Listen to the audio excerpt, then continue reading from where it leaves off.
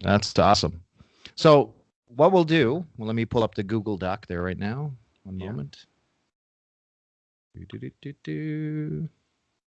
So did you get a chance to take a look at it? It seems pretty decent. Yeah, I've walked through it, but wherever you want me to chime in, um, you know, So I yeah. guess what we'll do, I'll guide us through. I'll basically throw to you for an introduction, and we'll Okay. talk a little bit about, basically a little bit about your background on, what you do, how you came to becoming a toy collector. If you want to toss in a little bit about Pop Culture Quest or, the Game Chaser movies or whatever you want to do up front. And then, of course, we'll cover that again at the end, but, and include it in the show notes and different things like that as well. So, we'll do all of that stuff. So Okay. if, Yeah. if you Have want that to, ready. yeah. Okay, cool, man. So let's light the tires and start the fires. How about that? Sounds great. All right. Let's kick it over here. We've got the recording going. I'll edit that part out. And we'll begin. All right. All right, folks, welcome to SuperHero Satellite on this historic inauguration day in the US of A. And I have a gentleman here tonight who's going to talk to me about one of the things that I really, really like, which is toys. And this guy happens to be not only a toy collector, but he's the producer for Game Chasers, the motion picture, and he also is the executive producer of Mark Hamill's Pop Culture Quest series. Who better to have on the show with me tonight than Scott Kinney? Welcome to the satellite, sir. It's a pleasure to have you. Thank you. Thank you. It's my pleasure. I love talking toys, comic books, my childhood, all that stuff. Absolutely, man. And listen, I think we're kindred spirits because I think when I take a look at your Twitter account and I see all the cool stuff that you post all the time, I'm super into it all the time, Scott. Everything you post, I'm like, oh, I wish. Number one, I wish that either I posted it or I had to retweet that right away. So cool, man. So Yeah. welcome, welcome. So why don't you just do a little 10-second didy here and introduce to the listeners who Scott Kinney is. Sure. Well, I guess I'm a little hard to describe in a nutshell. I feel like I've gotten to a place where I can kind of call myself a professional collector. About 10 years ago, I started putting on antique and collectible shows, events. Neat. And back in the 90s, I used to put on comic book shows in my hometown of Tulsa, Oklahoma. And I hadn't done that for years and years, and I started doing the collectible shows again, and my collecting just went crazy from that point because I was constantly surrounded by it, and constantly shopping, and I started buying and selling.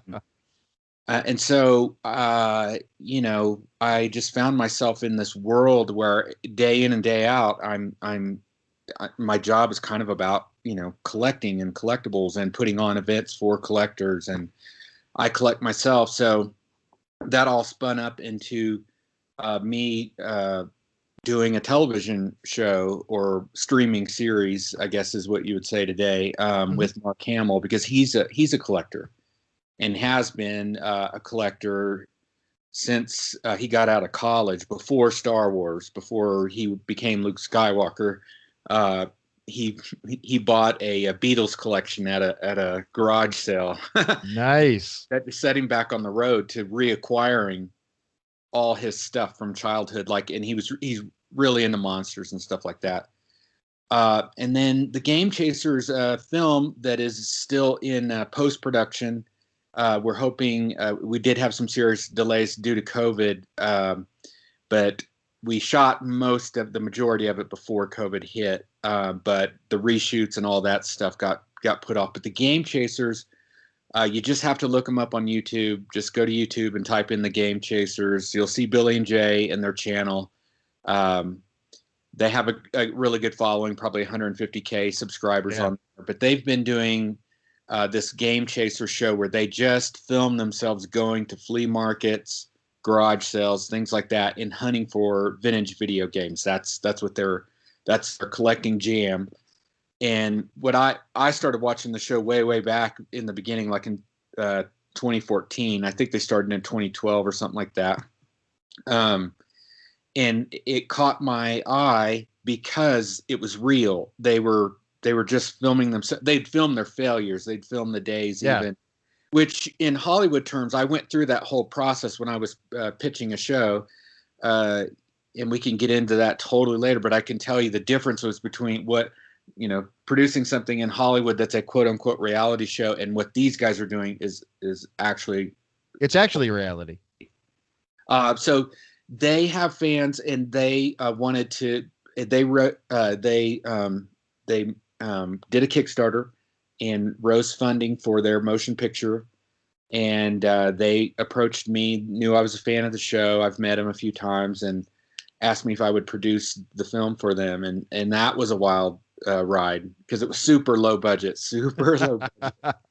But anyway, that's just in a nutshell, some of the things I'm involved in and some of the things I do. Very cool. So I can remember, and I'm sure you can as well, some of the first toys you ever got when you were growing up. So, I mean, I started at the gate, I think it was 70s. I was born in 74. So some of the first things I had in my hands, I think, were Stretch Armstrong and Stretch Monster. I had around 79, I recall having some Mego dolls. So I had, the giant size Superman from the motion picture. I had, your Marvel superheroes, your Spider-Man, your Hulks, your Captain Americas, that type of thing. So I recall vividly those things. Sadly, by the time I became a collector, those things didn't exist anymore because, you bring them to school, they end up in your backpack. Some kid breaks it because they want to pull on Stretch Armstrong too hard or something like that. And of course, the $6 Million Man, which I, like I said, I pointed out Sasquatch there in the back. And that's one of my, one of my favorite toy collections overall. And we'll get into that a little bit later. But talk to me a little bit about, the first toys that you recall as a child growing up that you had, in your possession. My first toy memory is definitely $6 Million Man. And it was also the Christmas. It's such a strong memory. That's probably why I'll never forget it because it's also the Christmas I discovered there wasn't Santa Claus. Oh, no. Trauma. Yeah. So, maybe people out there, some of your listeners can remember that Christmas. For me, I got up early, as all kids do when they're little like that on Christmas morning and went to where the Christmas tree was in the living room. And I had to pass through our kitchen. And as I was doing that, I could see through the doorway into the living room where the Christmas tree was. And I could see my dad assembling this display. And it was a really unique deal that he did. I should ask him about this sometime. He may not remember, but he actually he opened the toys and set them up. Really? Instead of opening the packages. And I think that he only did that one year, and it just must've been like a wild hair, that he thought, oh, this will be kind of fun. And I also got a bike that Christmas, but I got $6 Million Man and awesome. I can't remember what the actual name of the place it is, but it's the rocket ship. Oh yeah, super cool. You have all the little tubes and stuff that you can plug into them. I have one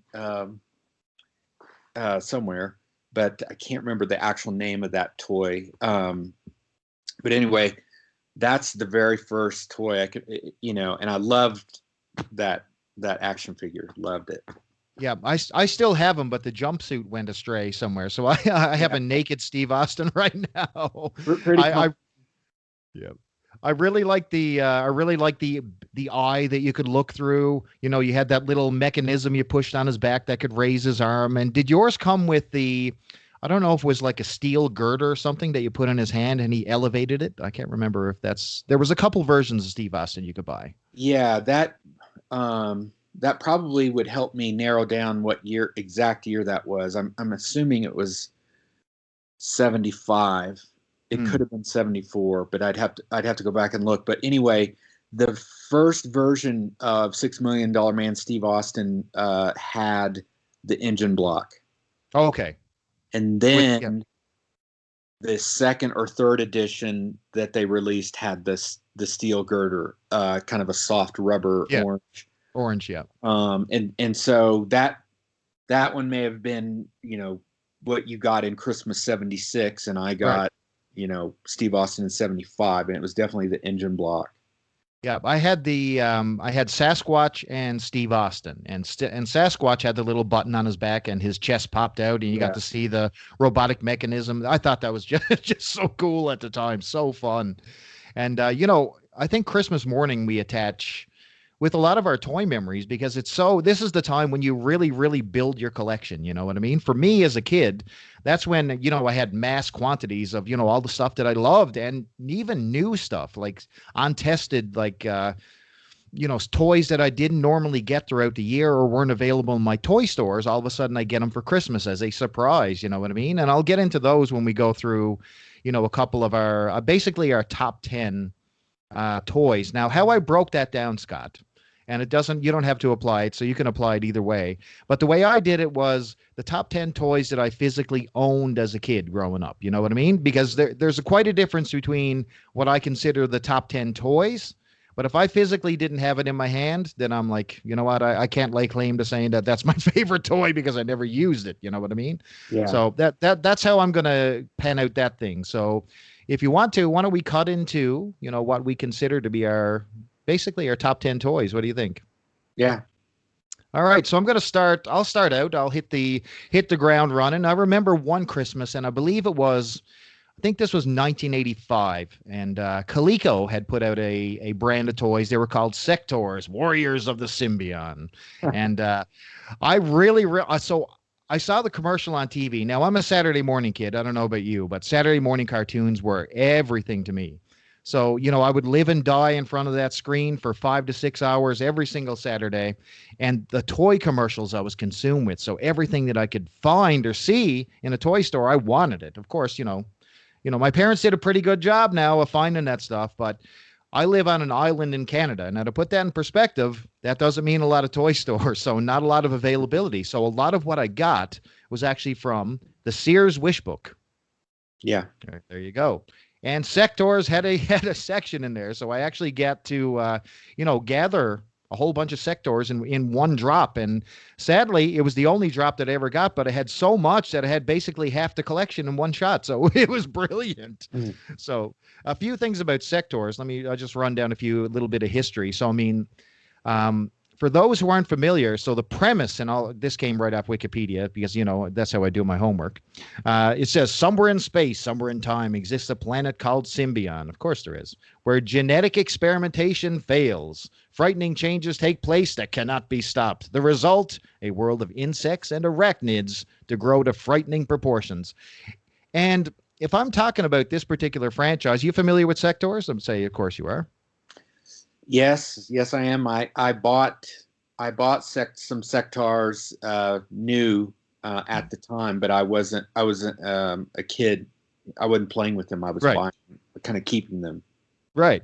So Sectors are basically they're an odd shape because they're not, classic at the time. You were in the era of G.I. Joe and Star Wars, which were basically 3 3/4 inch, and Sectors were, I mean, what would you say? Would you say they were about 5 inches, maybe? Would you say 5 to 6 inches? Yeah, in the 5-inch arena. Yeah. Yeah, and they had, they had some level of articulation. The legs bent, they could move. The arms were positioned like to hold a gun or to hold, the vehicle that they came with, which was basically, they were paired with insects. So they were humanoid insect type toys, and they came bundled with these amazing, and I mean, if you saw the packaging on one of these deluxe Sectors, they're amazing. I mean, Dargon, when you see him, he comes packaged in this beautiful box, a display box, and it's like it has a window, and you could see in, and the figure is sitting on top of this insect.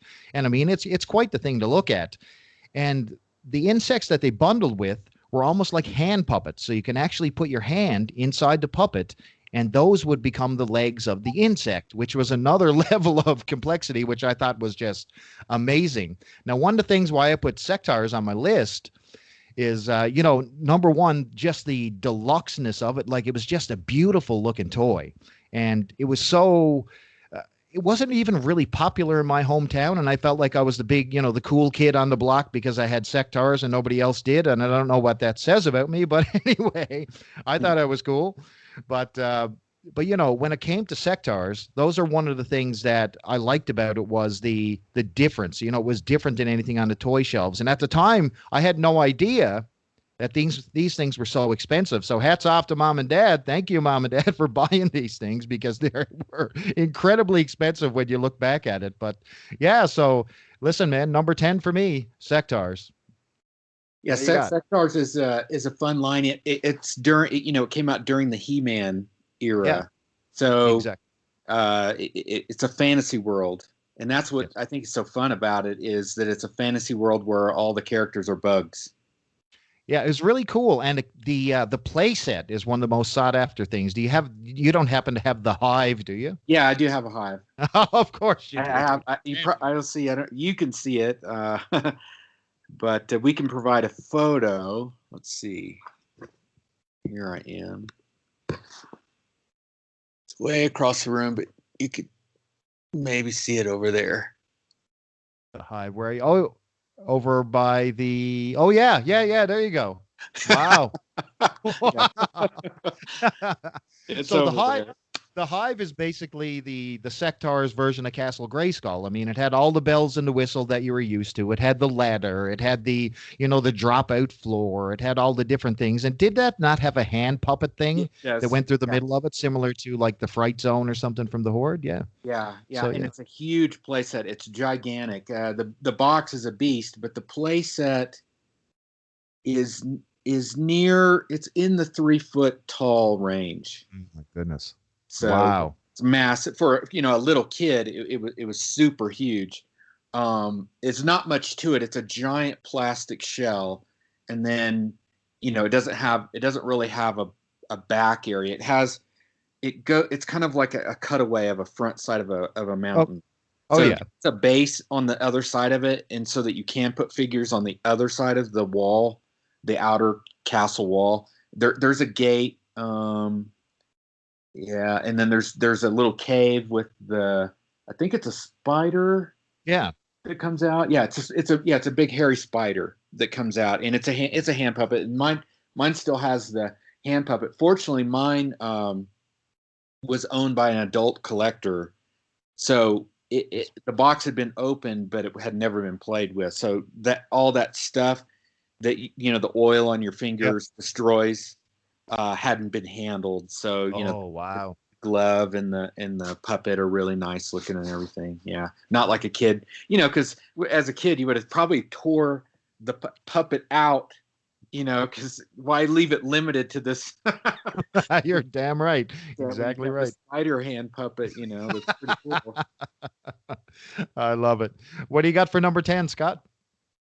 Let's see. I'm gonna go with Micronauts. Oh, yes. Go ahead. Talk to him about Micronauts. Well, Micronauts is one of those toy lines that was imported to the United States, and that kind of became a trend somewhere in the 1970s. Mego, the whoever their talent scout, whatever the analogy is for a toy buyer, their toy buyer, I guess, went to probably a toy fair in Japan or something or other. But anyway, there's a line called Microman, made by Takara in Japan, and so Mego ended up licensing Microman for the United States market, and I'm going to say it started around 75, Yep. 76.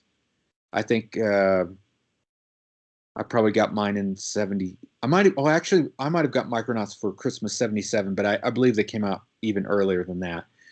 But they are 3 3/4 die cast figures. Most of them are metal. Some of them are plastic, like a clear, translucent Those plastic. were those were the time travelers, I think. I had a Yeah, few of Time those. Yeah. Traveler and one other. Um, and yeah, 3 3/4. So a Star Wars figure sized, and that was great because they could coexist with Star Wars action figures, which I did as a kid. I mixed and matched, the characters and the play sets and stuff. Absolutely.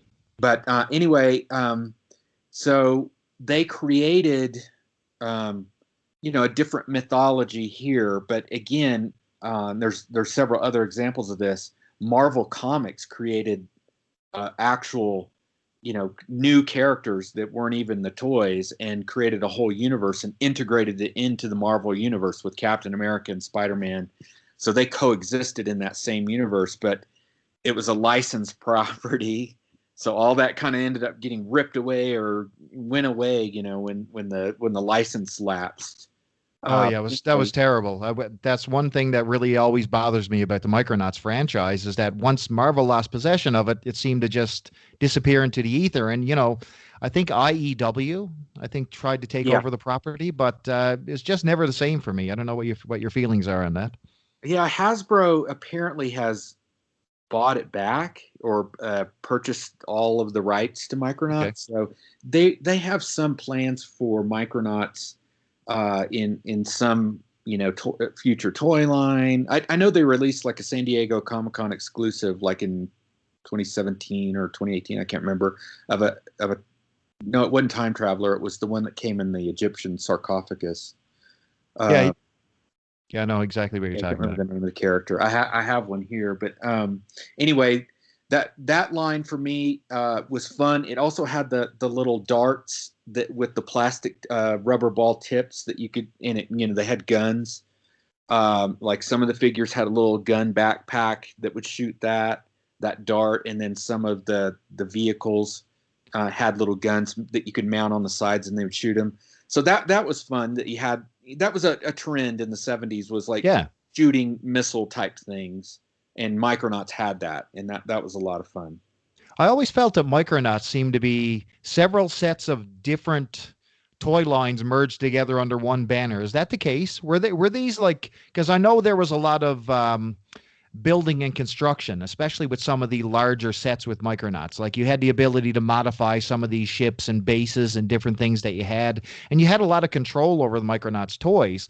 But it seems like some of the stuff, if you look at the set as a whole, it appears that some stuff don't really make sense in the in the setup there. So I'm wondering, are these just other toys rebranded as Micronauts, or was these all like generally, or were these Japanese toys rebranded under the one header? I wonder. I always Yeah, wondered that. and I wish I was more of an expert on Micro Man, because Yeah. I know that some of the stuff it was just brought straight over and looks the exact same. And I know other things were changed, just like any toy line, like faces were changed on the Acroyer figure, I think, Yeah, or yeah. Acroyer on Time Traveler. His face on the Takara figure is different, and so little things like that were done. There was probably some manufacturing process differences to cheapen it. Right. American companies did a lot of that stuff to bring the price down. But I know, that Mego did, I think, create some of the original molds to some of the playsets. So, and then they did reuse some of those in other playsets. I think Yes. uh, the Buck Rogers line got a Micronaut a piece or two at the end of the line. And I'm not even 100% sure they were actually released. And then some other Mego line brought a couple of Micronaut pieces over. There was definitely some transition. I think there was definitely, you know, I think those molds were used in a very, different reasons for different properties. I'm not sure exactly what, but I think you're right on the money with the Buck Rogers thing. Yeah. Yeah. Yeah. They're Pocket Heroes. I think Ah, Micronaut stuff ended up in their Pocket Heroes line, that little three and three loved them. superhero DC and Marvel superhero line. Yeah, I'm all about the 3 3/4 lines. That's my bread and butter. So action figures, action figure collecting, that's my wheelhouse there. And yeah, I listen, Micronauts, fantastic selection right there. I mean, number 10, you can't complain about Micronauts. My next pick is probably a toy line that doesn't get much credit. And when I look back at it, maybe it's my nostalgia than actually being quality toys, and that's the Harmony Gold Robotech line. So 3 3/4 inch toys based off the Japanese property Macross, and they had a whole bunch of stuff, and of course came from the Sears catalog again. And my mom gave me like almost the entire collection again for Christmas, which was pretty sweet. But when I take a look at these figures, I mean, it's all about, the Robotech wars. And basically, if you're not familiar with Robotech, some genius translated that to English, took three separate Japanese cartoons, merged them into one, redubbed the English over the top, and just called it Robotech. And boy, was I hooked like a crackhead on that when I was watching that on TV. I was, I wasn't a super anime fan, but when I saw Robotech, that was just a whole new element for me as a kid growing up, man. It was something like I've never experienced before. It was, people were dying on the show, these battles, there was high stakes in these things. It wasn't your Saturday morning cartoon fare. But when it came to the toys, I couldn't wait. Like I was so into this whole thing. And a lot of the Robotech stuff, I think, is another one of these mishmashes of Japanese toy lines shoved into one, because you have a lot of things that is labeled as Robotech but comes from different toy lines again.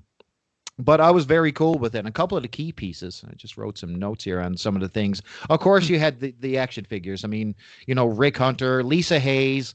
One of the things with the Robotech female characters, they always tried to fit helmets over them. So they always had to modify the hair. So a lot of the females are really ugly.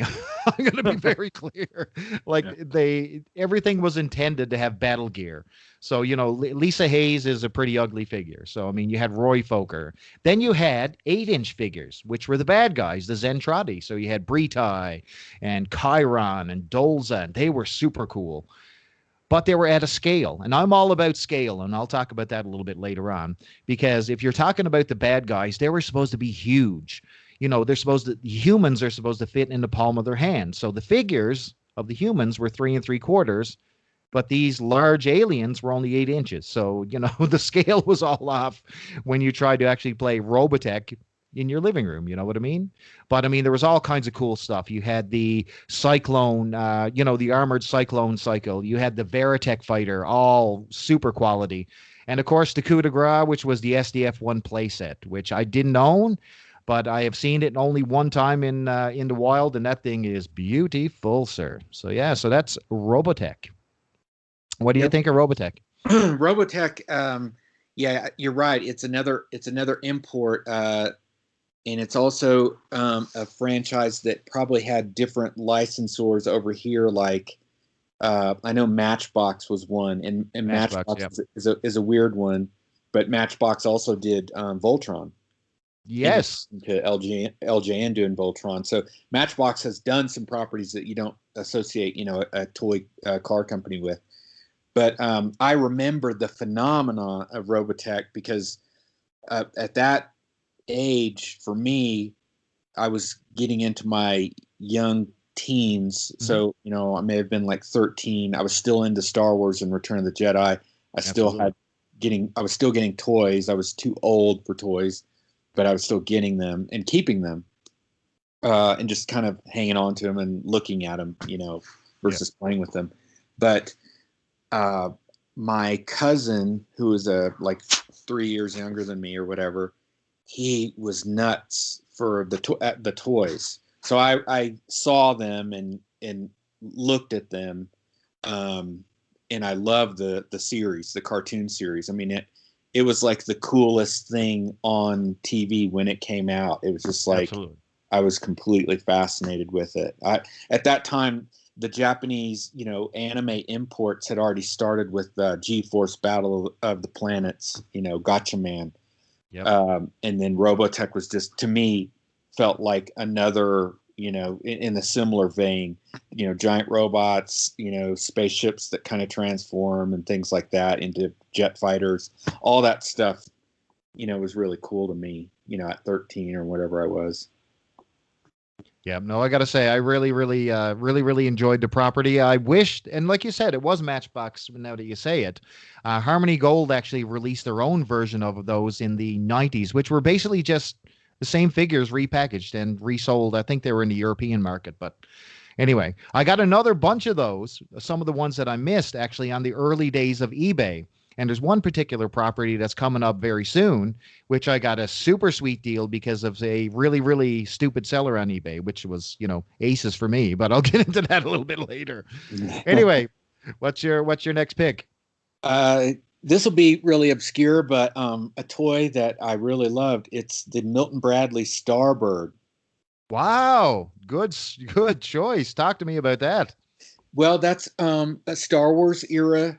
Uh, not yeah, we say knockoff, but Mhm. it was one of those toys I got on Christmas 1977. I believe.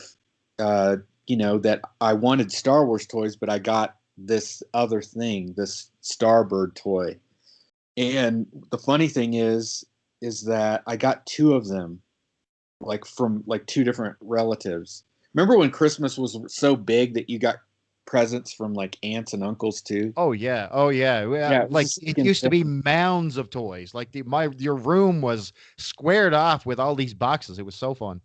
Yeah, yeah, big Christmases. That's what I remember up to a certain point. When I was little during the toy years, it was just like an insane time. I must have been in the sweet spot there when Christmas had just kind of almost peaked or something. But um, yeah,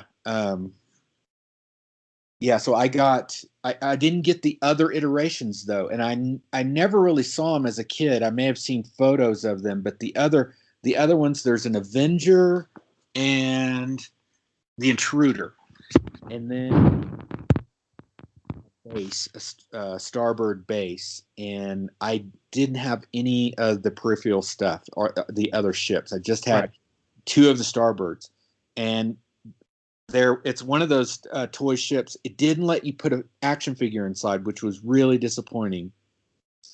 But it came apart and let you reconfigure it into a smaller shuttle version, or you could take pieces on and add pieces off, so you could customize it a little bit.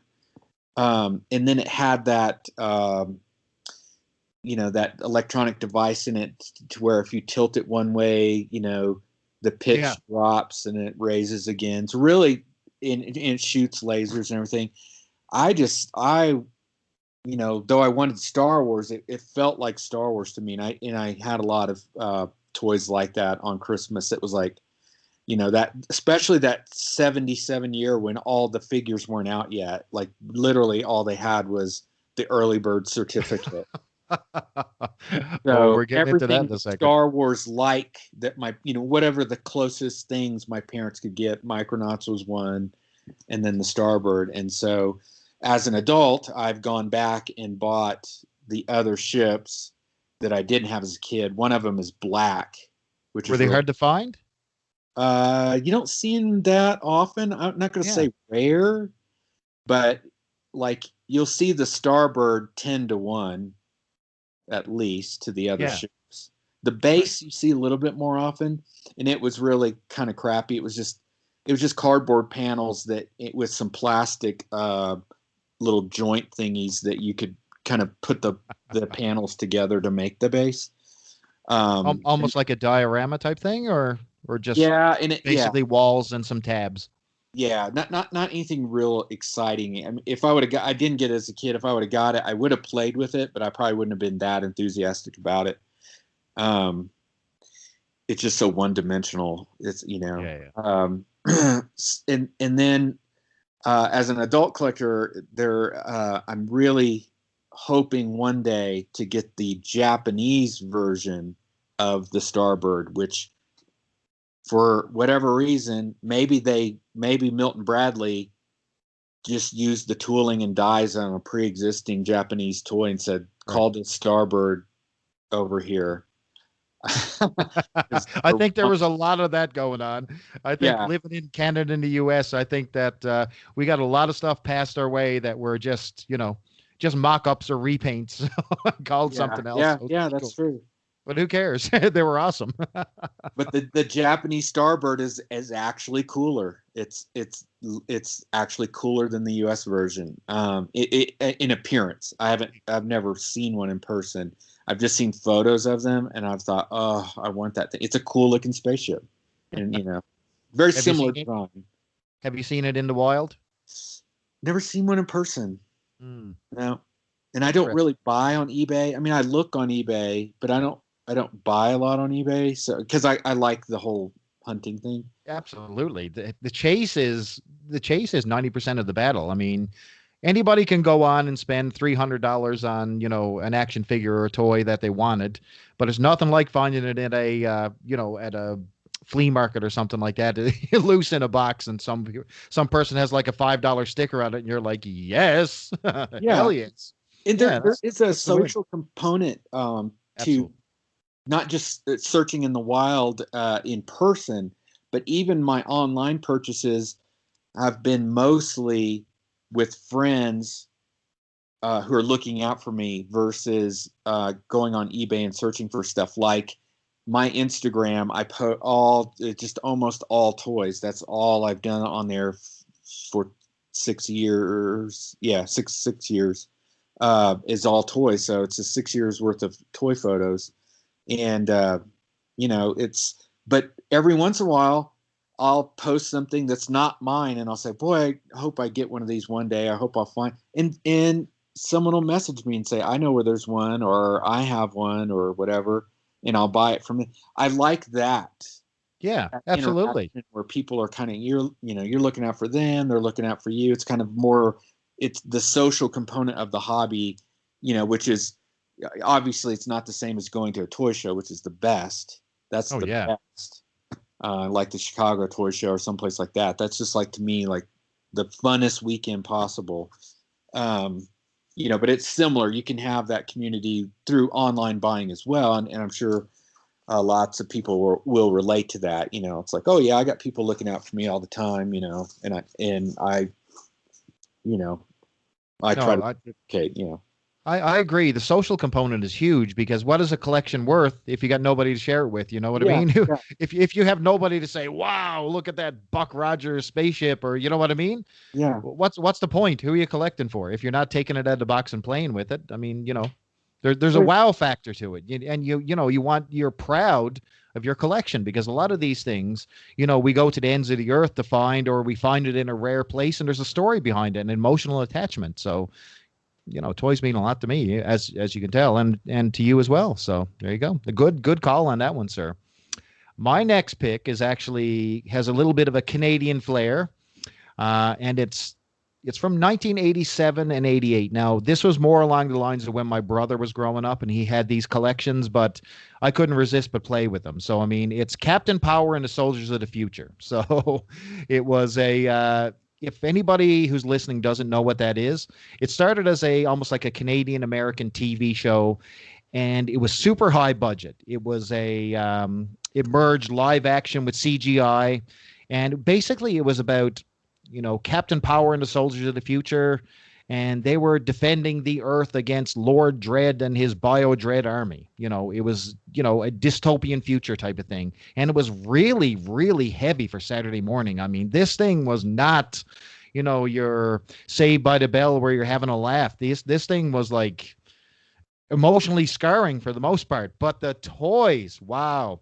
The toys were super cool, and my brother rubbed it into me. So, I mean, he had the entire collection of the action figures, which I thought were okay.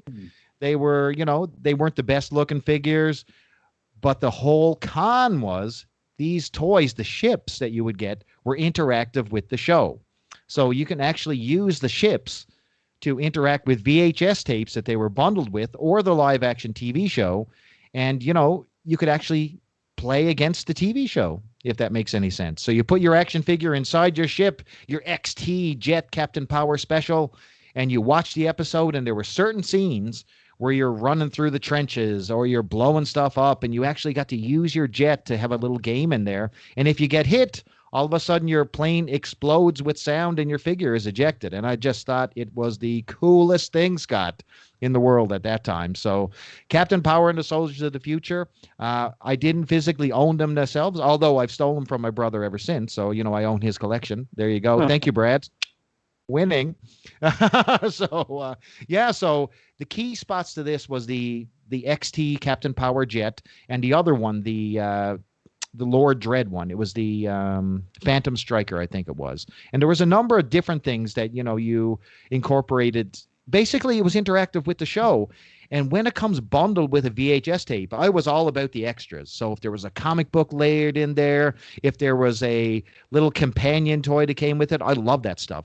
So when it came with a VHS tape, I was like, oh yeah, bring me more.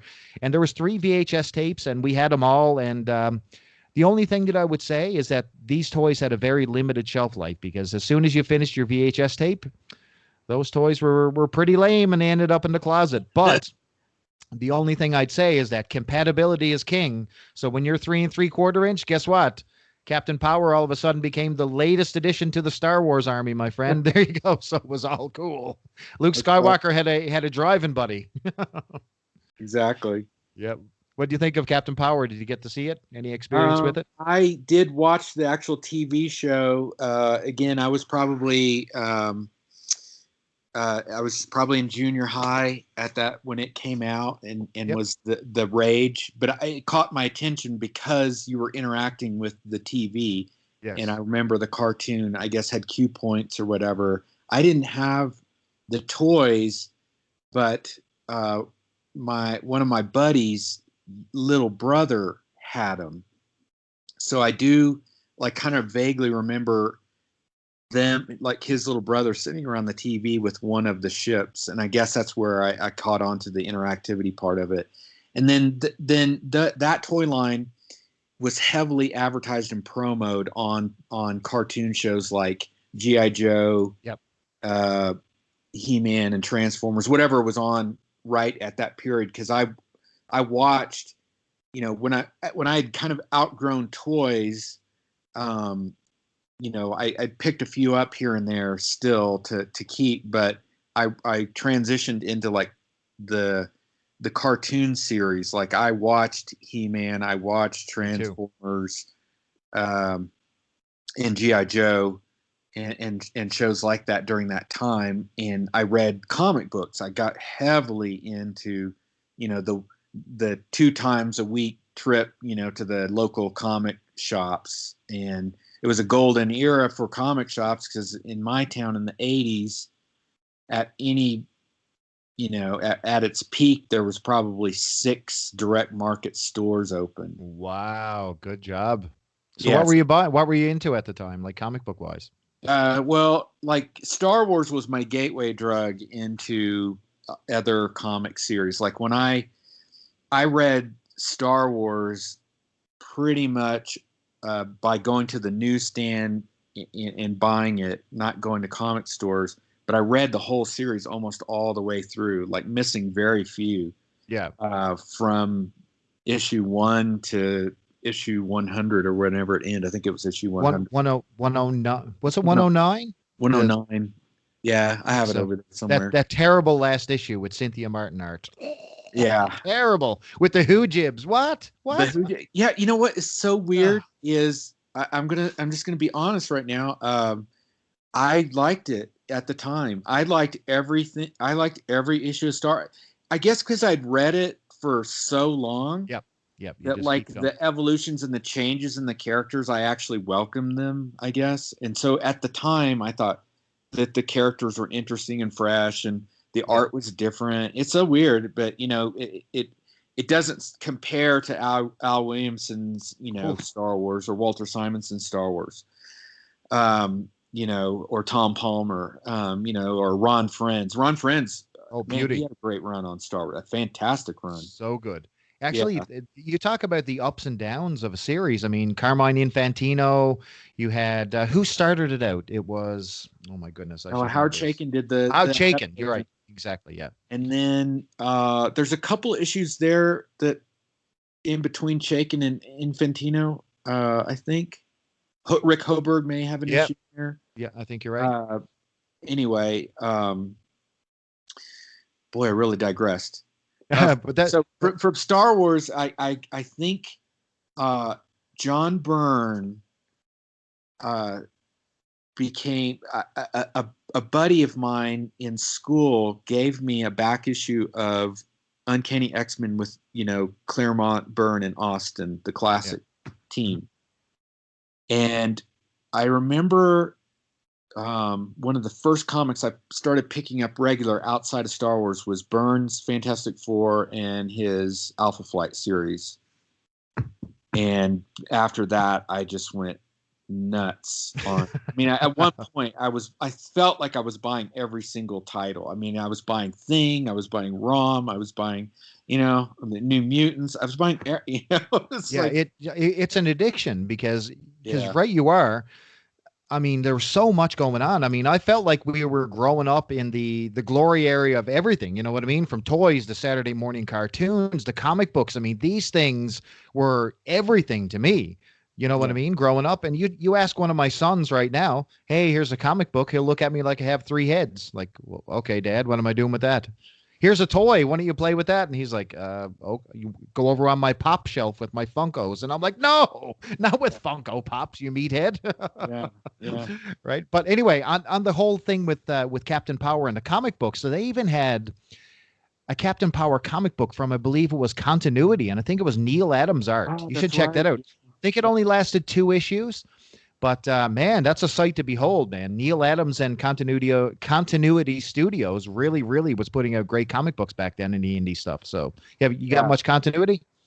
yeah, and he probably did some of the ads for the comic book, for the toys in the comic books, because during that time, Neil Adams' art on comic book related toy ads was kind of everywhere, like ubiquitous. Absolutely. Continuity Studios, he was just, man, he must have been raking in the dough during that time. Oh, He did a ton of ads, for a lot of the, and then he did like packaging art for the toy lines as well. so good. Starting with the Mego stuff, he did some of the, like the exploding bridge and things like that. But into the Captain Power, 80s era. But since then, I have owned probably all of the toys at one time or another, because I do a lot of also buying, selling, and trading. Yep. I also bought them at KB Toys, which that'll start another tangent if we go there. But in the early 90s, KB Toys had late 80s, mid to late 80s toys on the shelf in the Left early over. 90s for Yep. deep discount price. So you could get you could get 3 for 99 cent Captain Power figures at Oh, KB Toys in 91, 92, 93. And I was buying them just for the heck of it, because I'd go in, to the mall, and I'd go into KB, and I was a young adult, and I'd go in there and what is this? Captain Power toys. I'd just buy them, yep. because they were so cheap. I did Bucky O'Hare, all kinds of toy lines like Yep. that, because they're giving them away, Yeah. so I bought them. Yeah, it was definitely a dollar bin toy line for sure. But Yeah, yeah, you know what? They live quite comfortably at my house. I'll tell you that. So Captain Power was a thumbs up at our household. So there you go. So what do you got coming in next? What's your next pick? Here's a great one. Not really. This Here is we going to go. be another Star Wars knockoff, but this is when we're sticking to stuff that our childhood top 10. Galaxy Laser Team. I'm not familiar. You're going to have to tell me about this. It was made by a company called Timmy Toys. I think Yep. it's Timmee. I think is how you spell it. And there's a company that has bought Timmy out in the molds, and they still make Galaxy Laser Team toys. You can go on Amazon.com or eBay, and you'll find brand new ones. They're basically plastic Army Men size space figures. Oh, I know exactly what you're talking about. Yeah. Continue, sir. Yes, and there were different colors, multicolored. Yes, and I don't know why, but I played with those things a lot. Um, That's a toy line that's been repackaged a million times. That's been bootlegged a billion times over. You can find them in like bags and just all kinds of like uh, bags from Mexico that I recall getting the Timmy toys in. And oh yeah, go ahead, talk to me about those. They were beautiful. yeah, well, they took some basic astronaut plastic figures, and there's Yep. like 2 or 3 different ones that are like real basic, like an astronaut in a like a NASA looking, moon landing type, space suit, not real exciting, in the Star Wars era. There's a couple of those figures that they took just some old molds probably from a Cape Canaveral set or something. Yep. And they created some aliens, and there's like a Darth Vader knockoff. There's a couple of there's a Buck Rogers looking guy that's wearing like that classic plastic toy space helmet with the plastic antenna. And I love these. The ray gun that was a flashlight. I mean, it looks just like the toy. I'm looking at it right now. And there's a Darth Vader clone who's got like a kind of a Magneto helmet looking thing, and he's got a sword and a cape. And then there's one female character, and she's standing next to a computer. And then there's a turtle looking thing that he stands on his hind legs, and he's got his arms raised, and he's got antennae. Yep. And then there's a Chewbacca looking thing, but he's got like some antennae. And then there's an R2D2 looking, but he's flat. He's kind of he's flat. Yep. Yeah, it's kind of a cheap R2D2. And they came in just a plastic bucket. and I'm sure you could get them in smaller bags too, like bags of 5. Yeah. But the bucket had like 100 of them. That's right. And so all multicolored too. So they were monocolored. So they had zero articulation, correct? Yeah, just like Army Men. Yeah, just like an Army Man. Yeah, but with just space characters. So, and then the set, if I remember correctly, came with like a plastic mat. So you could. So they never ever had like a play set with that, did they? Because I know that when you're talking about Army Men, depending on what set you got, some of these things could be elaborate. I mean, have you ever seen like Fort Apache and different things like this, like the old cowboy and Indian figures and different things like that? Those had some amazing sets. So did those ever come with anything outside of the mat? Yeah. Now the bucket set that I'm talking about also came with some non-scaled X-Wing looking thing. X-Wing plastic knockoffs. Like I said, the scale was all wrong on them. Like the figure was way too big for the ships, and so it was just one design, I believe, and they gave you 2 of them in like different colors. Then later, I believe Timmy released a mountain, kind of it's about maybe 1.5 feet tall to 2 foot tall, and it's just the same mountain mold that was released with like dinosaurs and who knows, cavemen. They could have released it with cowboys and Indians. So they did release a set, and I have one that is just that. It's just that plastic mountain thing, and it's a bag full of those figures. And and I think it has like a cardboard mat thing underneath it. And the plastic ships. So there is like a more elaborate boxed version, but that's not the version I had as a kid. I didn't have that plastic mountain thing. You had the mat. Yeah, I had just the mat and the ships but it was like enough. I don't know why it was then. I guess because you're a kid and it's your imagination. It was enough. Even though the characters being repetitive, like the same like 10 figures just repeated over in different colors. Yeah. And then they did release some blown up versions, just like, Marx did the small plastic Army Men, and then they did the little bit larger, like 5-inch. Timmy did the same thing with those. They released large versions. Yeah. And I don't see those very often. And I don't know if the current company that's making them, that you can, still buy them on Amazon, like I said, I don't know if they make the larger ones now. I don't know. I've never tried to buy them. I've seen the bagged figures, but the 5-inch versions, I only have a couple of those, and I don't see them real often. So they may be harder to find in the rare-ish category. For anyone listening, if you see them in that size and they're cheap, you might consider picking them up, because I just don't see them that often, and I would buy them. I mean, I'd like to have all of them. Just one of each of the characters. It seemed like those things, like especially the bagged Army Men, the bagged space figures, your astronauts and all that stuff, around our time, you'd find them everywhere. Like they were at drugstores, they were in pharmacies, they were on every, every single store that you would go in, grocery stores, they would have a collection of some variation of these type toy. You know what I mean?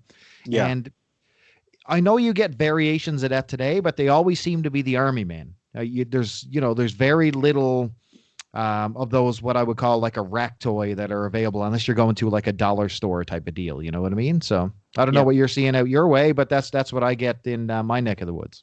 Yeah.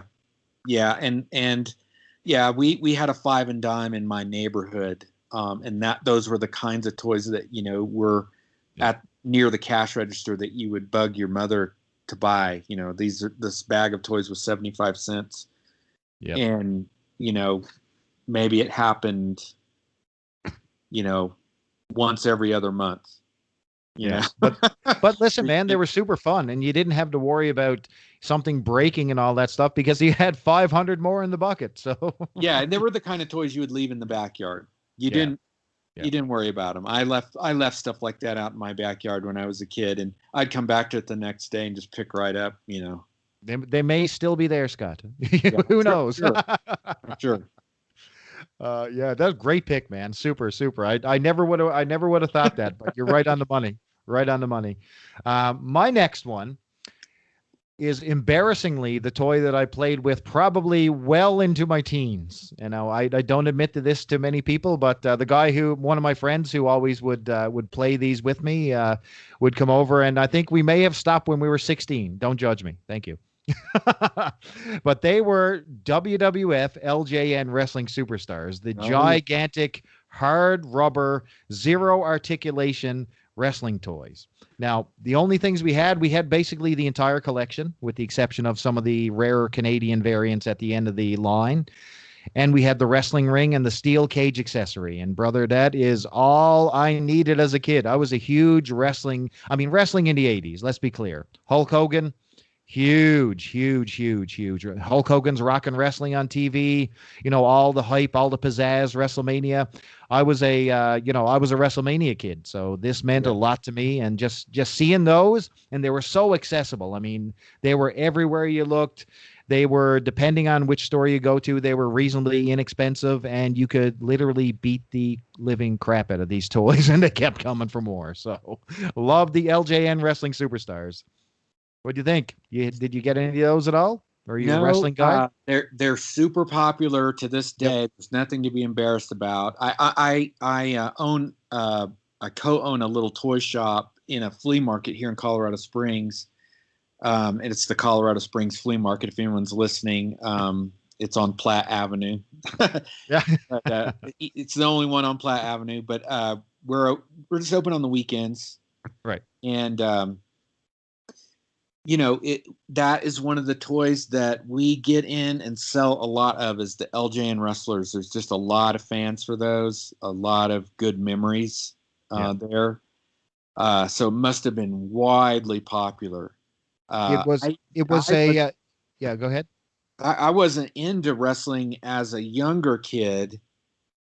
But I went to my first match as like a teenager, and it was the last bout was Andre the Giant and Ultimate Warrior. So I saw those two wrestle each other, and it blew my mind. I hadn't been into wrestling before that, and my younger cousin insisted that I go. He was like, "Oh, you got to go to this match," and blah blah. So I went with him, and yeah, it was amazing. That the guys, just came the out energy, from the audience and ran up and down the aisles and stuff, and it was just like, oh wow, this is almost like interactive, and everybody, booing and everything. It was amazing. So I totally understand the appeal, and I think then another early exposure was what was it? Was it Rocky 2? Yep, Hulk Hogan, Rocky 2. Yeah, Hulk Hogan. It was Thunder Lips. Yeah, that was like another one of my early, like exposures to that world of, and I thought Hulk Hogan was awesome. Yeah. Oh yeah, my God, he was a living action figure. Like I mean, Yeah. Yeah. everything Exactly. about the guy, you know what I mean? And he had the cartoon show. He had the look. He said, he's telling kids to, train, say your prayers, and eat your vitamins. I mean, it was Hulkamania was amazing, and I was all about it at the time. Yeah. Now, one interesting thing about this toy line is that after it, LJN, which is not known for super quality toys. Let's be fair. I mean, they've got some wins and they got some losses, and this would be one of their big wins, I would say, financially. But just before the line ended, when it was pretty well canceled, they continued with another eight, maybe 8 to 10 figures that were released only in Canada. And I mean, they had some of the rare ones were the Ultimate Warrior, Ravishing Rick Rude, a variation of Andre the Giant, one member of Demolition. These different characters, but those are the chase characters, and they were really strange because I recall seeing them for exactly 1 week in Canada, and then they disappeared into the ether. And when I became a toy collector and was like searching for these things, I discovered that those were the hardest ones to find. And I mean, you can find them now. You spend money, you can get these anytime you want. But it's one of those things that it's a little bit more difficult, than the other ones, because the other ones seem to be everywhere, Scott. Everywhere you go, if you're at a flea market somewhere, there's a couple of these rubber wrestlers sitting in a box for basically nothing. You know what I mean? But Yeah. I think it's one of those toys that, collectability, and trying to get a return on your investment is probably not one of the best ones. But I think memories and nostalgia really tie in with this one, and that's where I sit with LJN for sure. And it's There you not go. a hyper accurate. They're all the figures are caricatures, which Yeah, is kind of exactly. unique. Yeah. That they didn't make them like He-Man body style, which would have kind of been an assumption, like, well, just make him look like He-Man, which they do now. Yes. Um, but They really do. They actually right now. I'm glad you said that because in 2021 they actually have the Masters of the Universe yeah, versions of the WWF wrestler or WWE wrestlers right now. You can actually get those and their own Castle version of Castle Grayskull, and you have the John Cena figure and the Ultimate, the Undertaker. It's pretty cool. yeah, So yeah. But they went with a way more cartoony look for those oh yeah, LJN figures, and but it worked. It obviously worked because again, they're very popular, and there's a bunch of them out there. I mean, it is you do yeah. see LJN, wrestling figures in flea markets and garage Yeah. sales and stuff like that. Oh yeah. All They're not in they're great shape, but everywhere. Yep. yeah. That's the trick. So what's your next choice, brother? I'm interested. I'm gonna cheat. Uh-oh. Uh, I'm gonna cheat. And I'll explain. I'm gonna say Superpowers by Kenner. I give you the floor, sir. That is Okay, so probably that is probably one of the best action figure lines that's ever existed. And I'm actually embarrassed. That's not on my list. That needs to be on my list. So now I got to throw the baby out with the bathwater. But anyway, go ahead. yeah, Let's talk Here's Kenner the superpowers. big Our listeners are thing. going to love this. Well, okay, so I didn't play with the superpowers figures when I was a kid because they didn't come out until I was 14 or 15. So I played with some of the Mego superpower or superhero figures Yes. as a kid, but when I was 15 years old, I went to work at a Target in my hometown of Tulsa, Oklahoma. And at 15, at that time, I don't know what the laws are now, you could be hired at places like that. Yep. So I was pretty young, and I worked in the toy department in sporting goods. That was like the same department.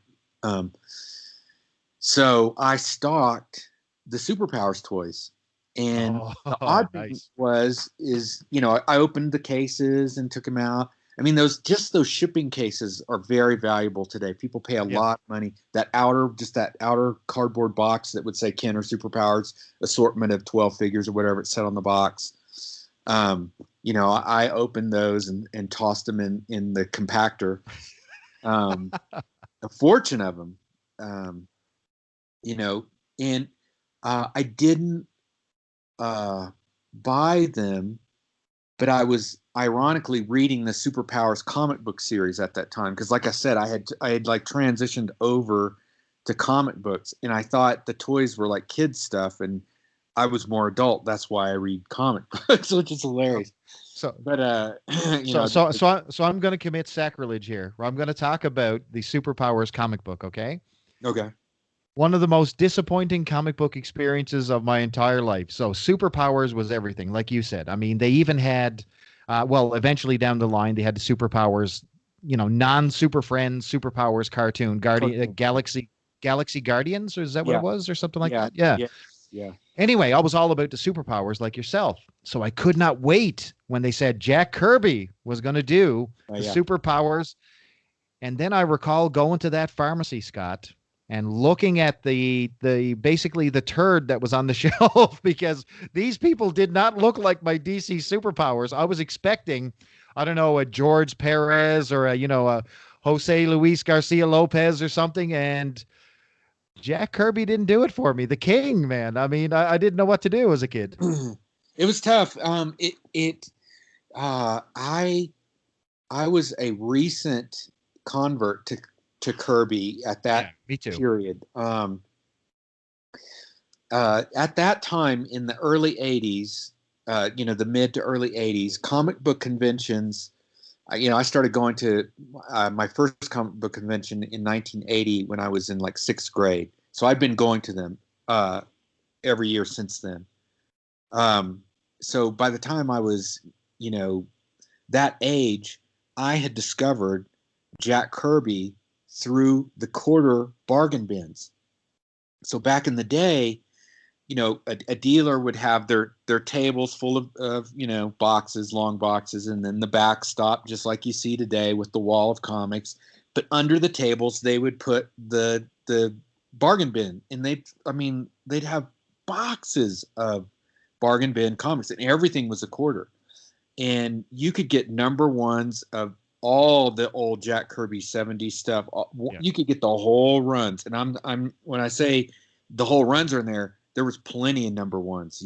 I got number one of everything he did during New that. God, especially the DC stuff, New Gods and all that stuff was literally toilet paper. Yeah, it was. I mean, and so Devil Dinosaur, Yep. OMAC, Commandy, Eternals, all that stuff. I mean, and so I kind of just went nuts on Jack Kirby. I don't even remember. I think one of the comic book store owners turned me on to Kirby. Just kind of gave me, here's who's Jack Kirby is. He co-created the Marvel Universe. He probably said created the Marvel Universe because at that time, there was a lot of infighting about, that kind of started in the '80s. That whole credit. Stan or Jack. Yep. Yeah, but so I started, reading all these books, and then I went back and bought, had to pay more for Mr. Miracle #1 and New Gods #1, but maybe $5 or something like that, So by the time Superpowers came out, and then Kirby had also finished his New Gods saga. He had done the back half of the issue that was incomplete, and then he did the Hunger Dogs graphic novel. Hungry And Dogs. I had read both of those, so I had seen his, and of course I went and bought all his Pacific stuff too. I mean, I had everything. I mean, everything. Captain Victory, yes, sir. So I'd already seen how Kirby, his art had changed as he had aged, and so I kind of, it wasn't that much of a shock to me because I had seen his, some of the Captain Victory stuff, and it looked a little similar, art wise. He just didn't have the same zip that Kirby used to have. But I think I was so in love with the guy that I couldn't not like it. You know what I mean? When I look at it now, I'm like, yeah, this is really bad. I guess I was just so in Kirby nostalgia at that age that I loved everything he did, So with Kirby is an interesting case study, and we'll go back to the toys in a second. But The reason why I think Kirby went unscathed with his depictions of characters is because he created most of them from scratch. So the only rendition of like the New Gods or the Eternals or Devil Dinosaur was his. So you had no other frame of reference for these characters. And when you had a character like Commandy, you only knew the Jack Kirby version of it. You know what I mean? So you didn't say that, oh, that's a terrible version of Commandy because it's all Jack Kirby. Jack Yeah. Kirby's all, you know what I mean? Yeah. So he basically created his own Kirby verse, Yeah. and that's what you knew and that's what you loved. But when he strayed outside the lines a little bit and started diving into other characters, you're like, oh, wait a second, that looks a little wonky. Wait a minute. Yeah, and he did some sketches for the Superpowers toy for Kenner that are Yeah. actually pretty good. And it could be that he just had more time. Who did the card packs? Who did the actual the card backers for the figures? Who was the artist? Do you recall? Those look like Giordano. Giordano, maybe? Yeah, that's what they look like to me. I've never actually researched that, but they look like they don't even look like Lopez had anything to do with the card backs. It almost looks like all Dick Giordano. So Yeah, he was a good artist. He pulled that's it up to off. look up. Maybe someone can find that out. Someone will pick that out for us. Don't worry. Because Lopez did a ton of the Superpowers era, like style guides. Oh, so good. I've seen some of the big style guides. They're expensive now, to buy and become these big binders.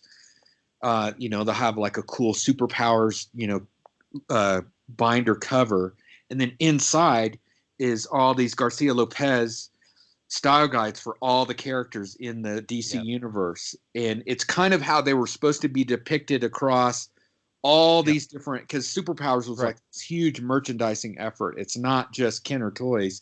There was like puzzles, there was rack toys, there was apparel, for kids and stuff like that. So it was everywhere, and those Jose Luis Garcia images are iconic. I mean, it was almost unfair to any other artist because you get somebody who went off track from his style guide, and you're like, oh, that's some lazy ass art right there. You know what I mean? Yeah. Right on the money. But so that was a massive effort that they undertook. And I guess it was because it was such a, multi-million dollar, of course, the cartoon, and then they also had the comic book spinoffs, as well as the toys and all the other, merchandising is, hey, let's have this gigantic Bible. I don't know if anyone's like reprinted that in like an omnibus kind of book or something, but that would be like easy money. Oh yeah. It seems to me, for them to reprint all of that material. Yeah, I would love to see that. It is expensive, the original 80s binders that the merchandisers, had. Yeah, those weren't for sale to the public. They were just literally for in studio and for merchandisers, right? Yeah, like something, that if you were licensing the Superpowers line, you got one of these books. So it's like, okay, when you put your shoebox design together, use this art from this, style guide or whatever. Yeah. So what do you think the key pieces to the Superpower line were? What's your favorite? The Hall of Justice is because it's from the Super Friends cartoon series. It's that facade that they used for the Superpowers Hall of Justice. So to me, that is like an amazing crossover to the 70s kid era. This is 80s kid stuff. Yep. But they did their Hall of Justice playset. They made the external look like the Hall of Justice as it appears in the Super Friends cartoon. So that is like, to me, it's an iconic piece. It's like, even if you didn't collect Superpowers per se, but you were a DC Comics fan, I could see you wanting to own, that particular playset. My mom bought that for me 4 years ago as a Christmas gift. Oh, I wasn't expecting it. It came out of left field. My brother had given me a Superpowers T-shirt, and I was all about that. I was like, oh, this is great. He said, no, open this one.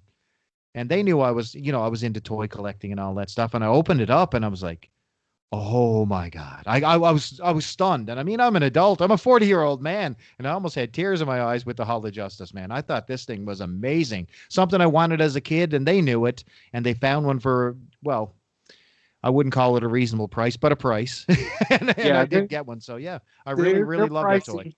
They're not cheap. Superpowers as a toy line is can be pricey.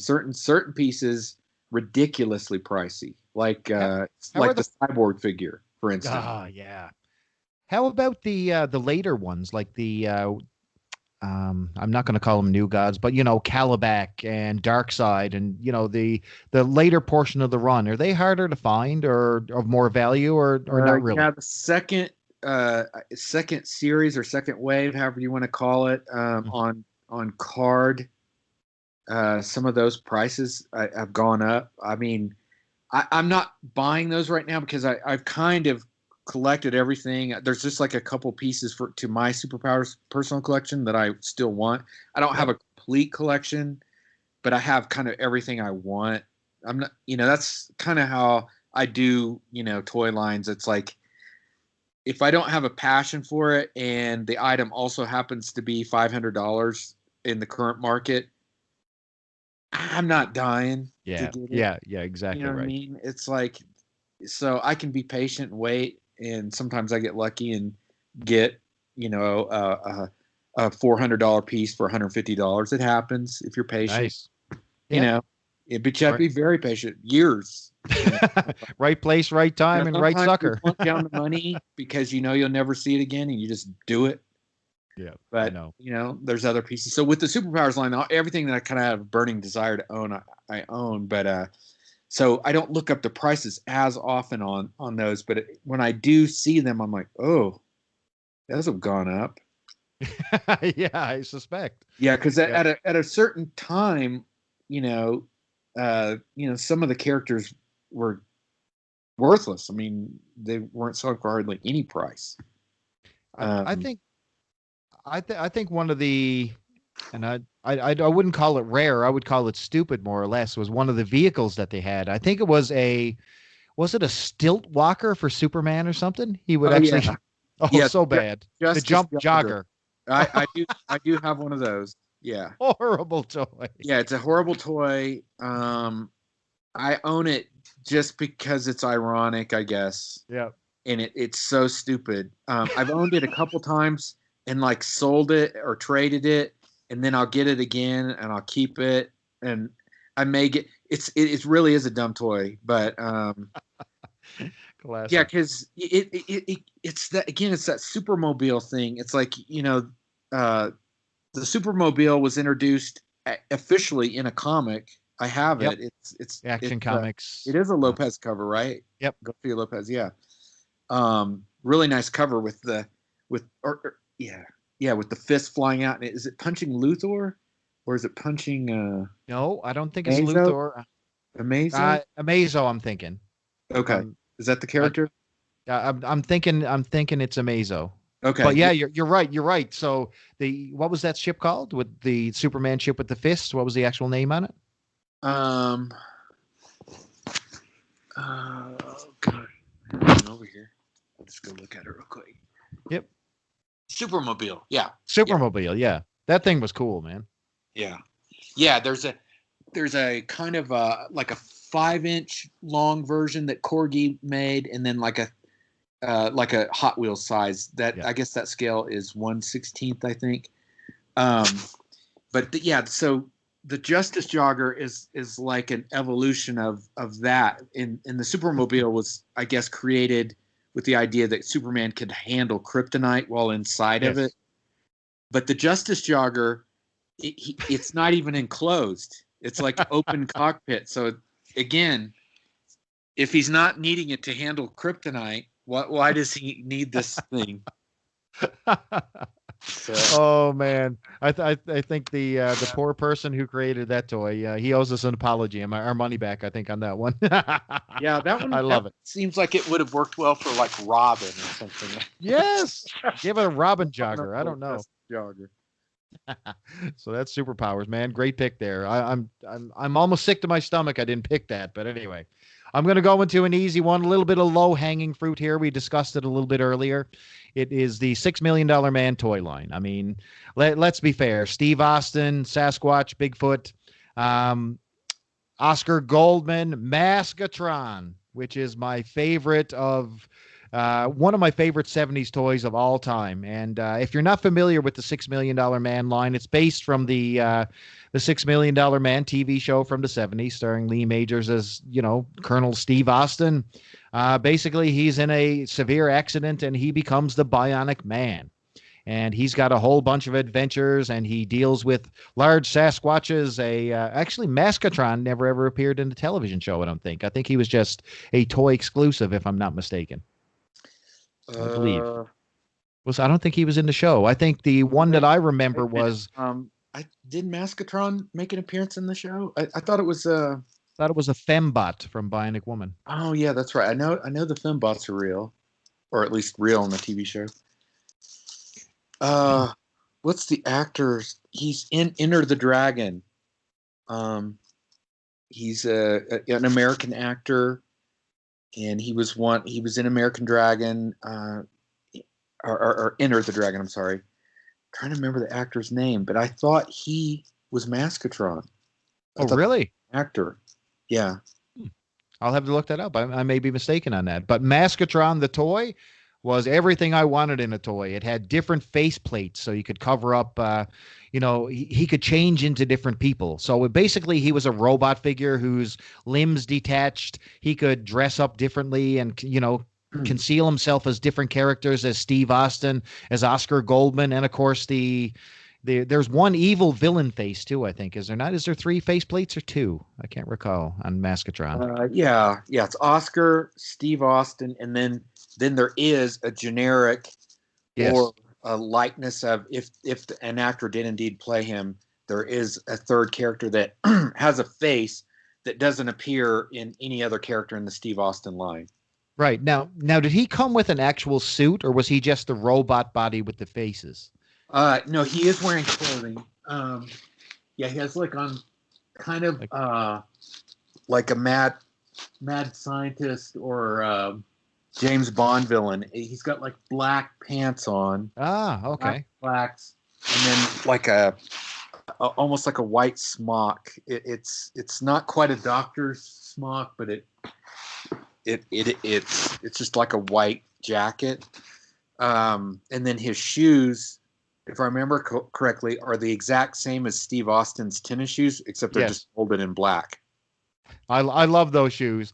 They were one of the easiest to fit on a toy figure shoes that you ever. If anyone is trying to build shoes for an action figure, take a look at what they did with $6 Million Man. They slide on and off so easy. They're beautiful. They're nice and rubbery. Well done. Well-made toys. These things were massive. I mean, these are big toys.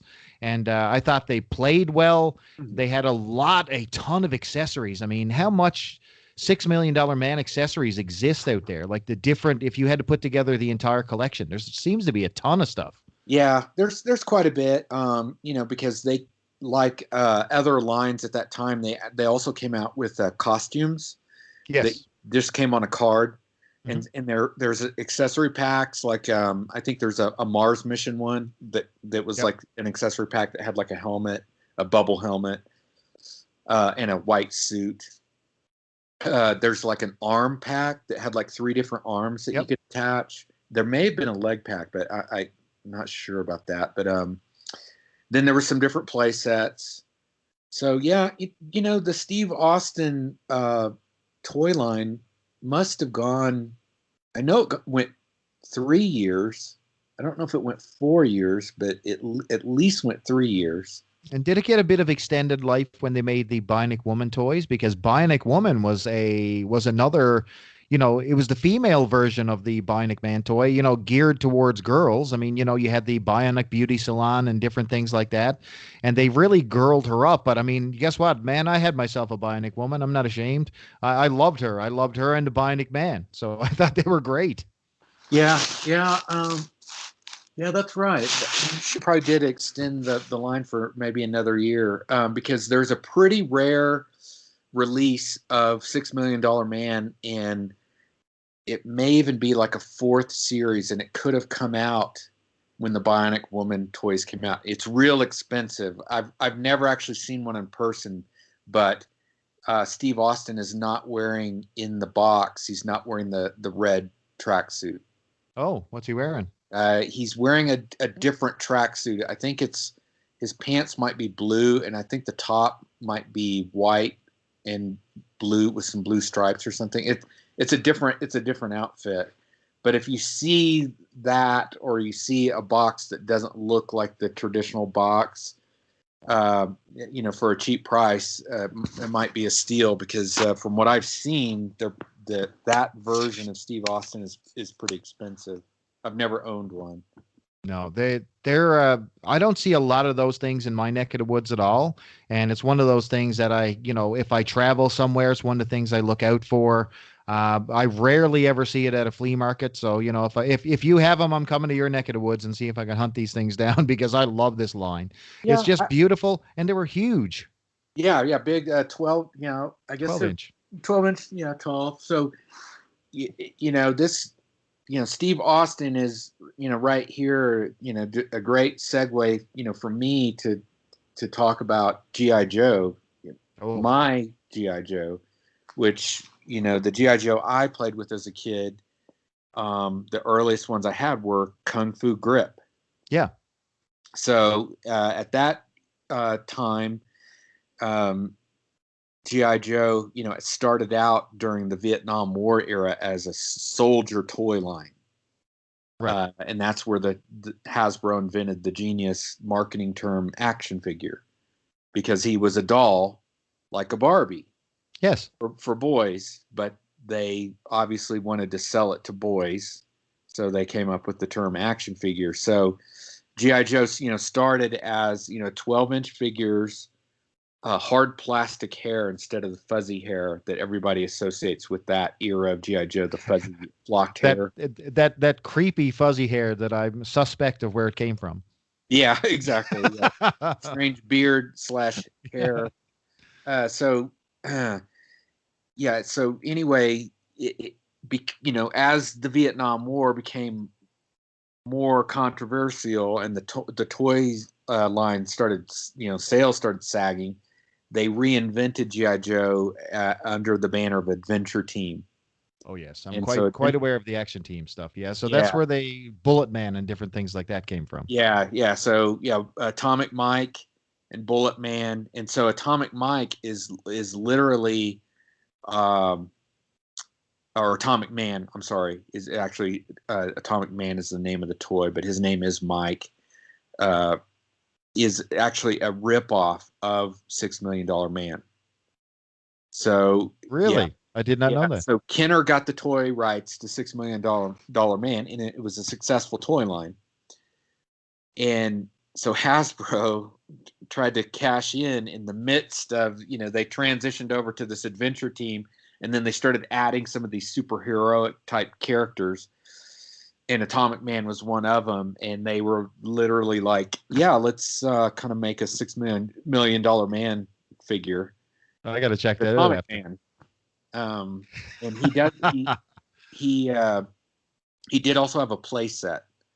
Atomic Mountain, I think, is the name of it, and it's pretty rare and pricey. I don't own one. I want one. I do own an Atomic Man, but.